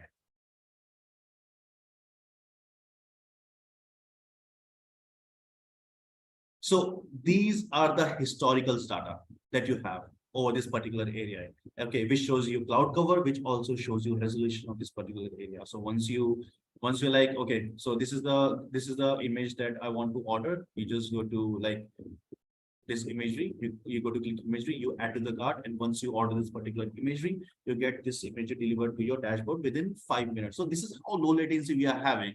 Like, as I say, that smart city is not only about using technology for the services, it is also about getting data as soon as possible, and as quickly as you want, like wherever you want and whenever you want, like everything is in your hand. So we give you like we give you that all the power of the satellites into the user hand, where you can customize it according to your needs and according to your geospatial needs.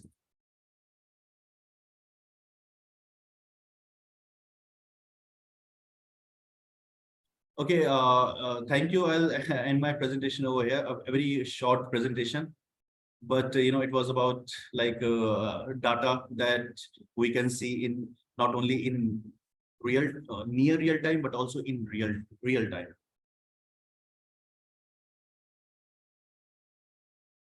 So thank you everyone. So Thank you, if you have Yatindra. any suggestion, if you have any queries or suggestion, you can like feel free to ask. Yes, actually, Yatindra, we will take the queries in the last session. Okay, sure, no problem, sure. Thank you for your elaborate PPT. And we are heading towards the last presentation of our webinar. So I request Mr. Shahrukh Wase from Oracle to give his presentation. Hello, everyone. Thank you so much. I'll just share my screen.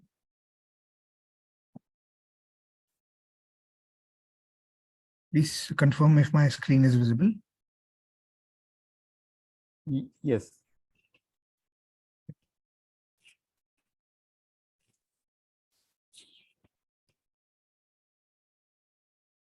Okay.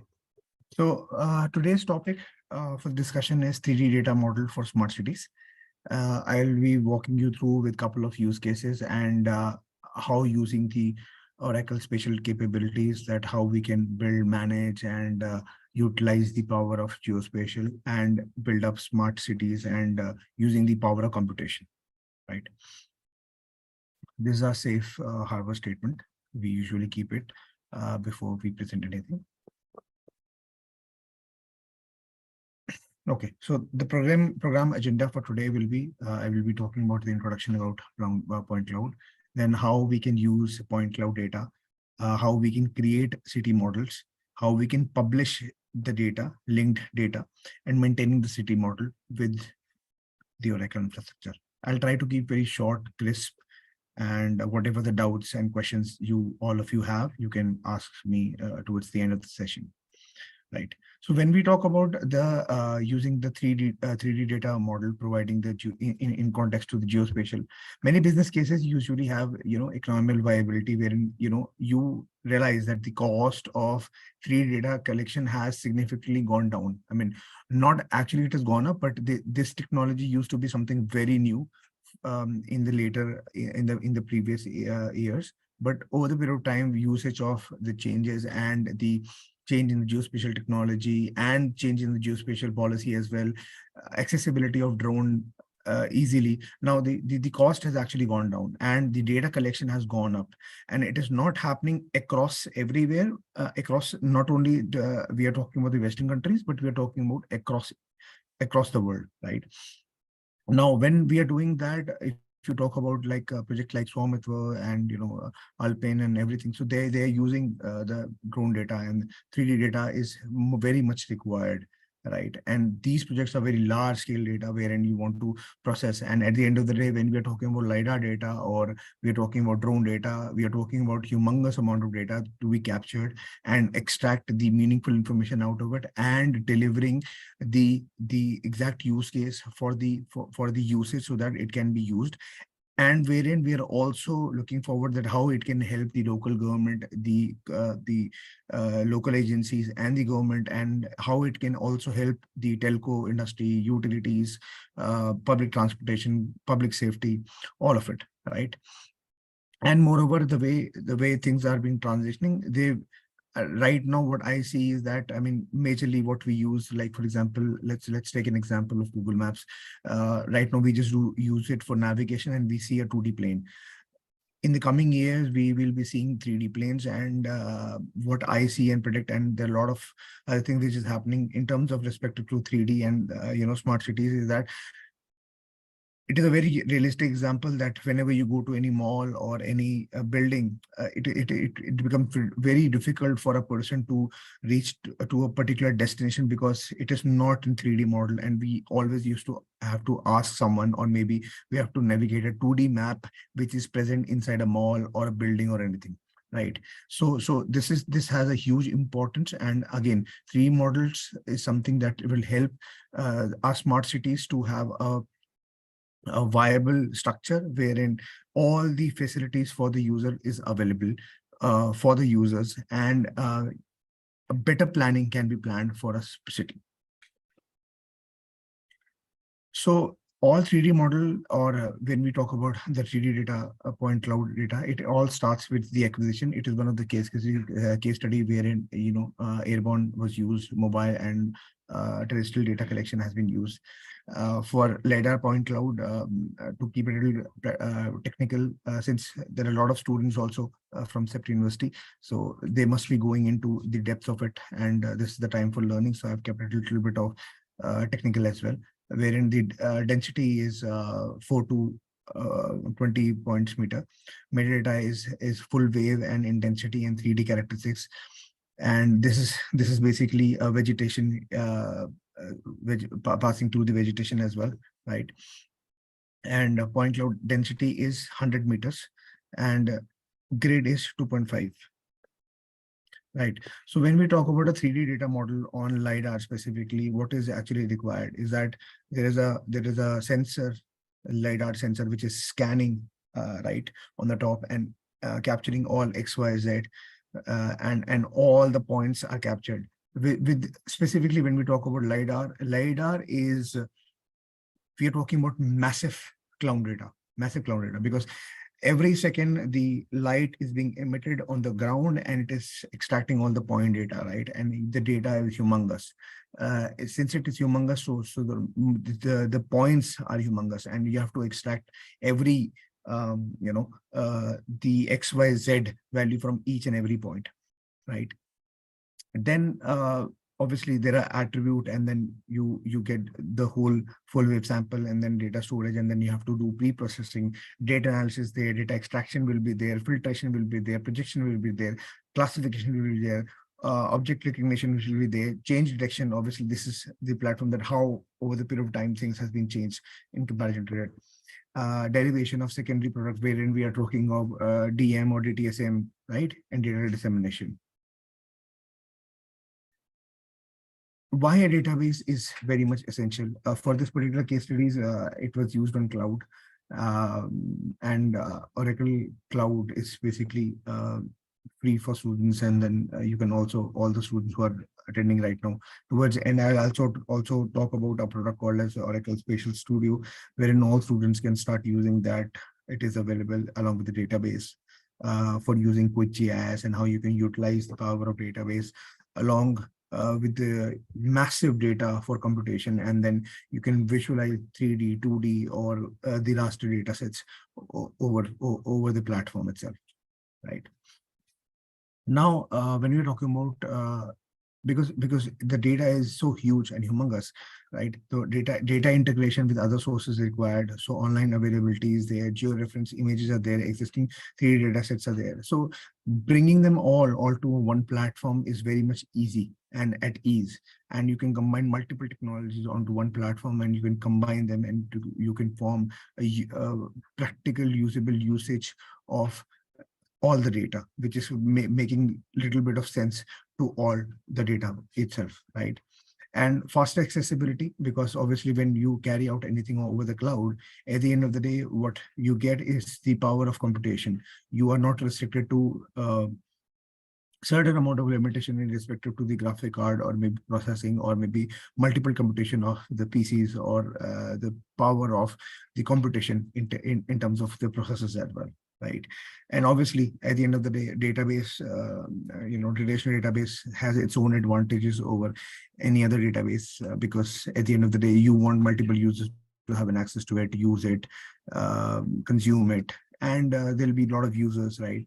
Multiple people accessing the same data at multiple given point of time. So you require high computation. And at the end of the day, when we are talking about the 3D data set specifically, it is humongous and it is heavy to process and visualize and to use it and consume it. Now, when we talk about the whole infrastructure of the database, how it is laid down in Oracle database, you get the deployable services like mapping, geocoding, routing, web mapping services, and obviously all the data, the GIS data points are being encaptured and encapsulated inside it, wherein we're talking about point, line, polygons, or geo tracking, or network data sets, or maybe, you know, RFID graphs, or property graphs, or topology, or 3D data set, or raster data sets, precisely, right? So this is the whole component or the infrastructure of the whole database that allows you to utilize all of it. And now assume that this all is on cloud, and you get all the capabilities of cloud and other solution all together, and then the possibilities become limitless, right? So when we are talking about specifically in terms of Oracle, if we talk about the database is stored in SDO geometry for the benefit of the crowd. You know that when we are talking about ESRI technology, then they have altogether different geometry. When we're talking about Postgres, they have a different geometry. When we're talking about Oracle, we are talking about a different geometry. So the geometry that is being stored for Oracle is SDO, right? So geometry, this is basically a logical structure and a physical structure. When you see that this is point data is one image, one PC is like one image. But then at the end of the day, to make it more robust, more accessible, we break the whole PCs into blocks so that it is accessible. I give you an example. For example, you're working on a Delhi region, right? And you want to, let's suppose you're working on Delhi NCR region, and you just want to focus on Delhi, and then probably you want to focus on the block level. The rest of the other things are not being utilized at the same time. This will allow you to have an access to block level. That's how the implementation has been, so that the data transition and data accessibility becomes much more faster, easier, and streamlined in a way that there is no lack while we are doing, or even the real-time updation is happening inside the table, right? So this is the whole 3D process workflow, that how it has been achieved and how it has been done. The LiDAR file has gone into it, into the load structure. All the points has been extracted, right? And even the flat files which are related to the 3D data sets, right? And they are combined into creating a tin. And we have done a query on top of it, then extracting the elevation contour lines, geometric buildings. Then also you can extract the change detection, distribution, data confrontation, viewing, wherein we are talking about pyramiding. Pyramid here is basically when you have a humongous data and you want to zoom in, you have to build pyramid, so that whenever the user is basically utilizing or consuming the data, it becomes much more easier for the user to consume the data without any lag. That's why the pyramid is required, right? For viewing purpose, and obviously classification. And then this can be further converted into geometries. Then you extract a tin table out of it, generate DEMs or raster DEMs, right? That's how basically you can, and then further, then you can also project it into a 2D geometry or tin, and then further you can also query it and convert into geometries, right? So this is the 3D processing workflow that has been used in the couple of case studies that I will be discussing further. For visualization purpose, in one of the case studies wherein Luciad was used as a product to utilize, I mean, this is the cloud data. This is how a LiDAR data looks like when you are trying to capture and visualize it, the point cloud data, right? And as you can see, as I was saying, that when a LiDAR is, when you fly a LiDAR flight, you get a lot of points, and you see here there are infinite points, and you have to extract the usual information out of each and every point. And when we're talking about the smallest area, even there are humongous amount of points that are captured. Modeling the CTGML, right? So using the data required object, wherein modeling required for any kind of analysis beyond visualization, associating the objects with geometries and topologies and semantics and appearances. CTGML is established standard. Basically, it's a standard format that is used for city purposes only. That can be used, which has a specific model, right, representing a 3D or urban object, defining the classes and relations for these objects. XML-based formats are exchanged and stored in GML. It is again a format here, right? And it has been standardized by OGC. OGC is Open Geospatial Consortium, so it has been standardized with that. The current version that was used for this particular case study was 2.0, right? Now, there was also an open source data model that was used, which the reason was that it was a semantically rich, hierarchically well-structured model. It has levels that can talk about, because when we are talking about 3D data modeling, irrespective to the building, what is more important is that you get the right facade, you get the right texture. So every building has its own structure, texture and facades, and the way building has been designed. All buildings are, so those kind of attributes are very much essential and required for any kind of 3D data modeling, right? So you need to have those kind of information, and then only probably, and then replication of the same kind of studies, replication of same kind of buildings, right? That is also very much required, right? And when we're talking about this, so the management of aerial photography using SDO raster geometry, this is again geometry that was used inside the database that can utilize the geometry. Whatever you store as raster or georaster is stored as SDO georaster in Oracle. So this is city of Frankfurt, where mainly Germany, right? It is a CD model that has been developed based on the LiDAR data, building footprints and cascades. Buildings are the LiDAR data set is D1 and D2, and facades are from obliques and aerial images. So both of them, if you are able to recall my previous city data model, right? As you can see, there was a flat file was coming in, and the LiDAR data was coming in, and other things. So multiple things has been combined together to form a model that has helped to extract this beautiful structure that you see at the moment, or the image. This has been used, right? And all the data was held inside the database wherein it has been exported. So CityGML is an API which is available. 3D FX is also, and Shape 3D. So these are APIs that can be consumed, and you can Google about them, and you can read about them, and you can use, and you can utilize that, how you can also utilize it inside, right?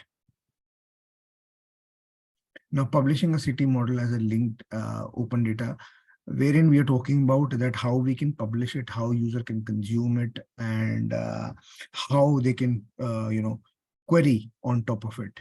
So when we are talking about this, so the metadata is very much important, and all this has to move towards the AI, right? And using the common vocabulary. So while we are publishing all this, as you being the user, one should always think about it, because let's suppose today, these are the example of the West, right? But when we are doing it, let's suppose for India is altogether very different, structured GIS data, and till date, even let me just give you an example precisely. I have recently shifted to Noida, right? And the pin codes are also changing of the region, right? And even today also, and Noida being little structured in comparison, in comparative to Delhi, or let's suppose see a well-planned and then structured city is Chandigarh, or maybe let's see Bhopal or Madhya Pradesh, or other cities like Pune, or maybe so even in those scenarios as well, still we are demarcating, or we are have a reference location to the location, right? Still it is not structured in a way, and this will be there. Hence we need to think about the common vocabulary as well, so that it can help us to find the exact location. and it help us to build the 3D data model, right? And obviously W3C standards are very much required whenever you are doing. So these are the parameters that has to go in. We have to maintain those standards, right? And logical reasoning to classify features like land cover type, suitable farmland, etc., in combination with these spatial queries. The key capabilities for GIS and in specifically in BIM, because at the end of the day, when we're talking about smart cities, it has to be integrated with BIM, right? So this is also another architecture. If you see that the data is stored in the database, and then there are RDF graph layers, then the graph management, query engine, ontologies, inferencing engine, and all this is combined with graphs, analysis, report, queries, and all the things. And this all comes down to AI/ML as well as the modeling of whole. Whenever you are basically designing a smart city, there are infinite parameters that has to go in, right? And whenever we are talking about smart cities and designing of them, these parameters are from the ground level to the upper level, wherein you have to consider a lot of parameters like the road structure, the environmental structure, the building structure, the green and the building ratios, the utilities, right? The transportation, right? So all these things has to come, and it has to form in a form of a structure wherein you think of a smart cities when there's absolute zero problem in terms of serving to the citizens of that particular city. Now, this is also one of the structure, one of the use cases, right? Maintaining, when you talk about maintaining, right? How you will do that? If in case you want to maintain, now you have developed a structure and you want to maintain it. So there has to be a classification and change detection. There has been changes, right? If you see the current image right now, there are new classification and the change detection. So there is difference, right? Both difference has to be evaluated with the data model, and that evaluation will give you the latest city model. It is simple as let's suppose there has been change in the equation. So simple plus minus will help you to solve those equations. Another change detection process, right?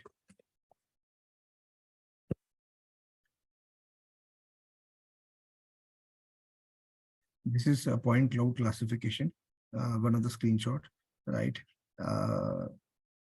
Once when you run the model, let's suppose this was the initial one, and then we run the model, we extract the building footprints.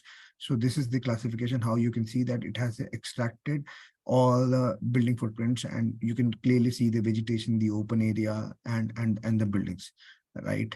And this is the change detection. Once you subtract both the images, the previous one and the one that you have extracted, how over the period of time things have been changed. Once you do that, it is referred to the same model that I was referring to here, right? This one. So the new is there, outdated is there, and up to date is going to be a combined image. Either a new building is formed, or either there has been changes in the building, or there has been change in the grassland on the open area or the closed area,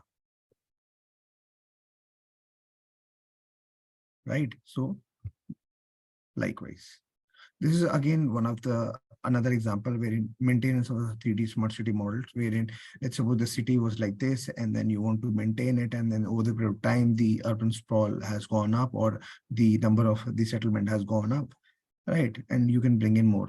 So the model can be maintained and in a way that it keeps on updating, because you have the continuous data coming in, and then you keep on updating the data itself.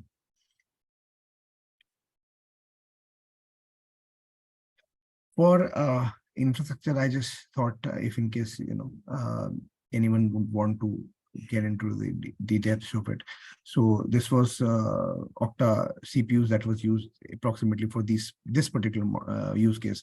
For this particular model, there were like 28 Octa CPU were used to NVIDIA Tesla P100 graphic card was used. Simple setup and maintenance, and network connectivity was somewhere around like. So this is all on the Oracle cloud infrastructure that was used for creating these particular case studies that I am showcasing you at the moment.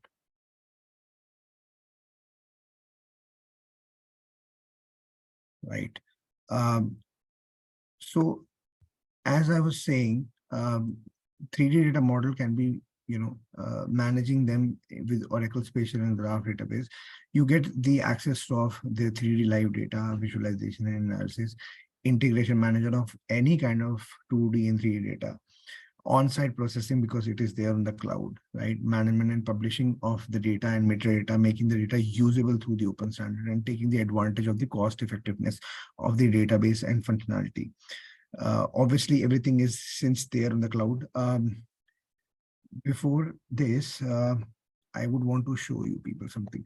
So this is when we are talking about, many of you know Oracle is just the database, but this is Oracle Spatial Studio, which is available for everyone. You can download it from Oracle website. And you can use it. And since there are a lot of students here at the moment, Oracle has Oracle Cloud Infrastructure certification, which is running at the moment from Oracle, which is free of cost. So I would request all the students, it's a great learning to learn, and you can go onto the Oracle website and you can enroll yourself for the certification, and you can also get certified on the Oracle infrastructure certification, right, on the cloud itself, for the cloud offerings. So this is a very small. Hello.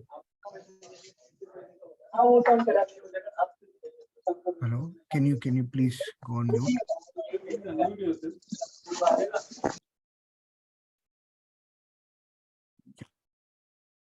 Am I audible? Yes. Am I audible? Yeah. Okay. Yes, Okay. yes, Okay. yes, yes. Okay. Okay. Yes, So, sir. Yes, sir. yeah. Okay. So this is Oracle Spatial Studio, which you can download, all of you, right? Especially for the students.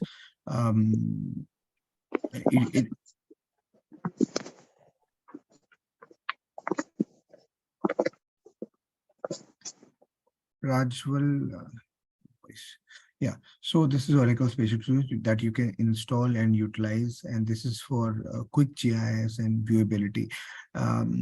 This has an access to all the data that has been stored in the database itself, and you can that you can basically pull, and you can visualize and utilize and use inside it. So all the data, for example, you have been storing the data in the Oracle database and you want to visualize all the geospatial data. You just need to have this tool, which is freely downloadable.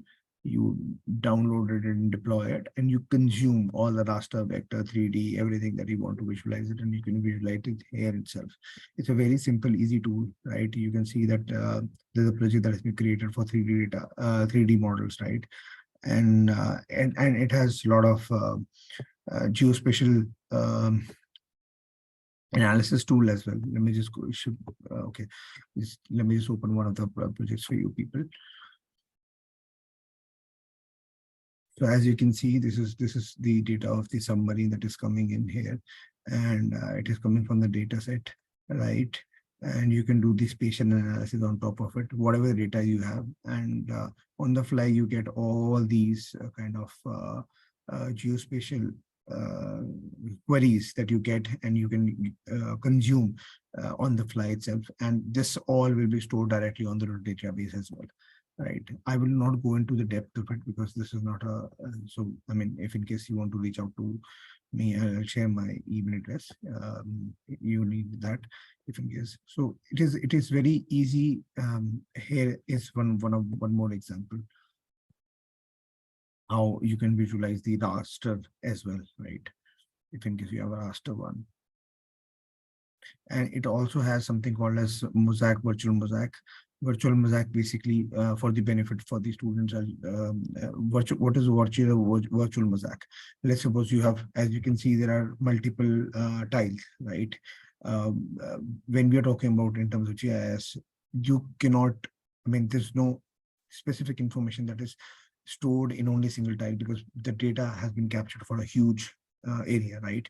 You need to stitch them and you need to combine and you can consume at just one single image. But with this, what virtual mosaic will do at the back end, at the database level, it will be multiple images, but at front end, it will become only one.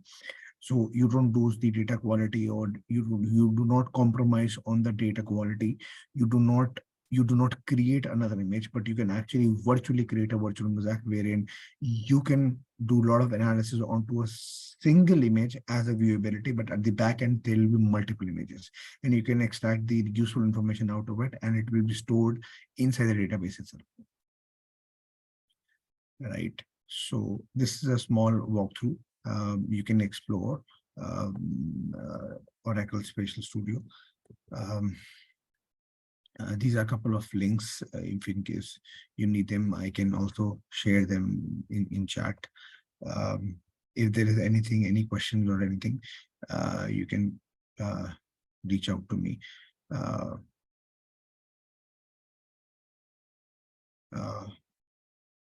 that's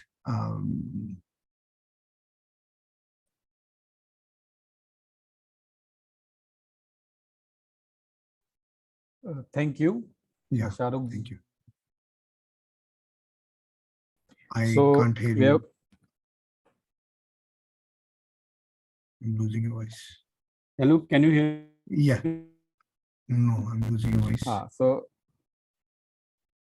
thank you so much, Shahrukh ji, for your PPT. So before starting our open discussion session, I request you all to switch on your videos. I want to take the photograph of the screen. So please switch on your videos.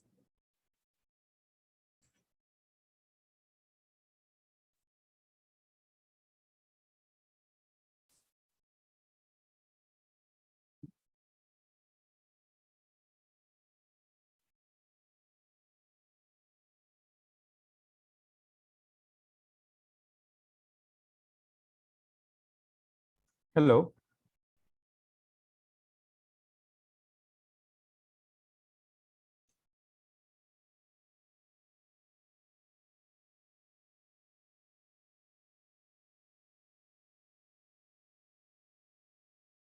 So thank you.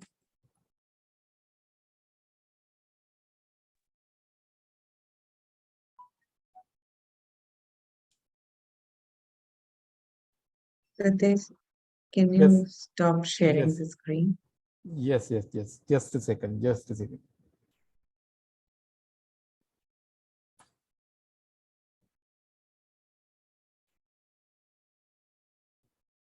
Yeah. I have stopped sharing my screen. So We let's. open the floor for question answers. Yeah. Please. Okay, so I would request our audience to please raise their hands and ask questions. We have our experts today with us who would be happy to answer your questions.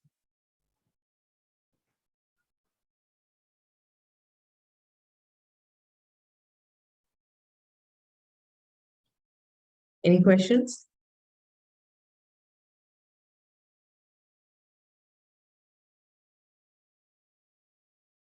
Please feel free to ask. If you have any question, please ask.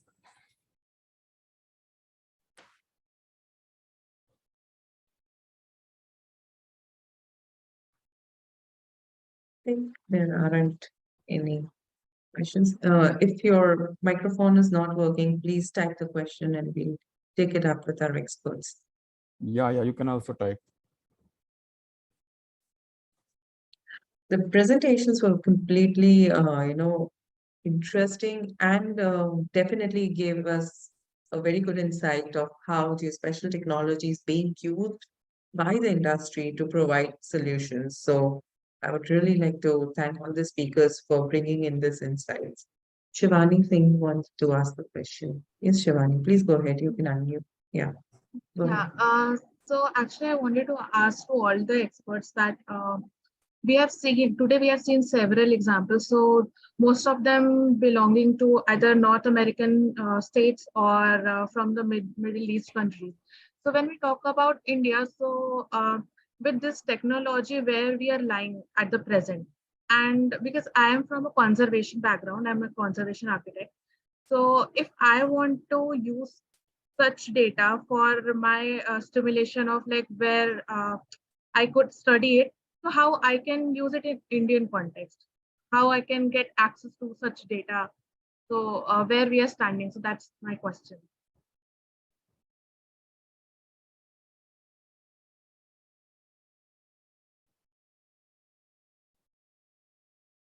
Okay, let me answer to that.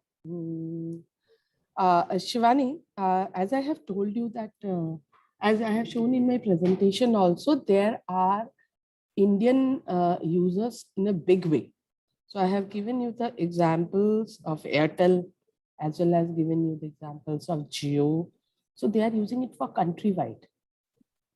Similarly, all the smart city projects which are happening in the country are geotagged currently. All the projects, all 7,000, more than 7,000 projects are geotagged, and that is regularly getting monitored about their physical progress as well as their financial progress. Okay. All the SBM projects in the country. So SBM is Swachh Bharat Mission projects. So how we are processing the waste, that is getting monitored continuously in the country using geospatial technology. Along with that, project at certain, there is a project named that NICDC, National Infrastructural Development Corporation projects, whereby BIM models are getting used, and as we are mapping out 5D project management, so which are happening over the BIM tools. So that is also there in place. And flood monitoring and all, this was specifically for urban cases, but otherwise flood monitoring has happened everywhere. Ganga Mission is monitoring the project. They are directly integrating it with the sensors to see what is the quality of river, how the floods are happening. So it is not that they are not Indian cases. A lot means geospatial technology has now become a forefront for taking any decision support system. In our country, all the, you might have heard about the PMAY projects, Prime Minister's Awas Yojana. So each and every house is geotagged in it, along with the beneficiaries detail. Now, when you bring that type of information on the GIS platform, you can do different levels of analysis. Like who are the beneficiaries, that we can divide into different segments in the basis of how many Divyang persons are getting it, how many old people are getting it. Right. Then you can do it with comparing it with the location, like where this housing has been constructed, whether they are inside the city or in the periphery of the city. Like if the houses are constructed for in situ slum redevelopment, and you are marking those houses outside the city, then people will be in trouble. They won't shift into that houses because it is not near to their residences. It is, and they have to spend on the commutation. Right. So that type of things are look at. Then you can also look into wherever the housing construction has happened, whether that is related to the water supply system and sewerage system, or they have been provided the houses without these connectivities. So that type of analysis are being undertaken by the ministries for looking into the projects. I hope that answers my question. For conservation, what type of conservation you are working into? So ma'am, actually, I'm a conservation architect, as in I work for the heritage structures in Chandra. So basically, I look into, so my question was in terms of like, for example, if I want to use GIS data in terms of to understand how the plumbing system have been, as we were talking about different Right, kind right. of, right. So how can I get access to those data and use it for the stimulation So at the that present you point? have to see. I believe that you might be using the this Revit products for that. Then you can put that over the, so Revit can be now integrated with GIS, which we call as GeoBIM. So when you put it on GeoBIM, you can understand each of the requirements. Okay, so where in what part, what type of conservation activities need to be carried out in the complete building can be overviewed. Again, it will be putting the continuous complete thing. If we bring it on GIS, it helps you in understanding the vicinity also. So a building is not an independent structure. So when this is attached with the GIS, then you can know how the accessibility can be planned, or how you can plan the green areas before the structures, and how the entire aspect of tourism can be developed around it. Right, so that is the benefit of bringing it on GeoBIM. But so it can be attached. The entire BIM model can be brought into GIS. Thank you, ma'am.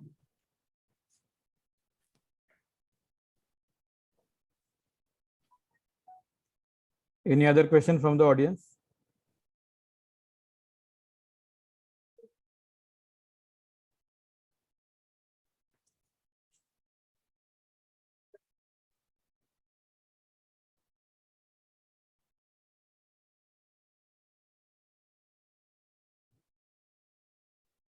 Hello.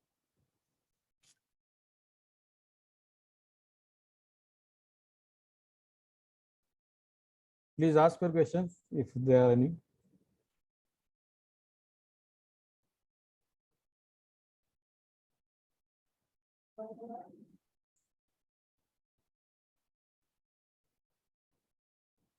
Okay.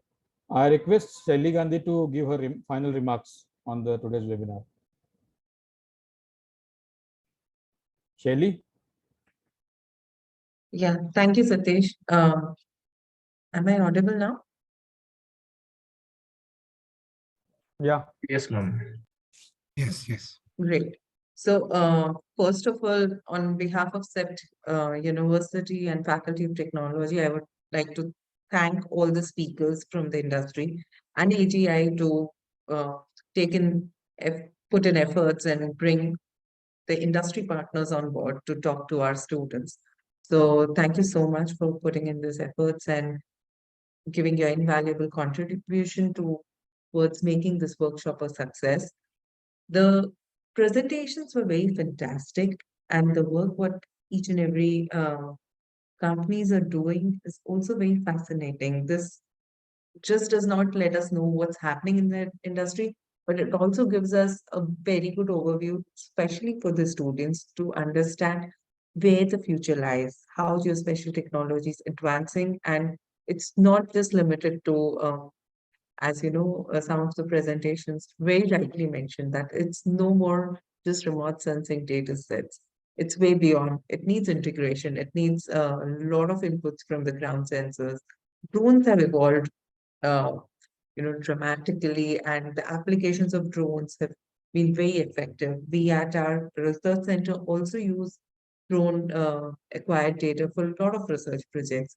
And by doing this true demonstration of the case studies or real life examples, I would say, rather than case studies, would give a lot of enthusiasm to the young um, professionals who would be in the industry in the coming years to understand and also bring out a lot of innovations in the sector. So once again, we extend our deepest gratitude to AGI and all the esteemed speakers for the day. Thank you, everyone. And we would also like to invite you all for the upcoming conference, what CEPT is going to host in October. So I'll just share the details in the chat box. Thank you. Satish, over to you.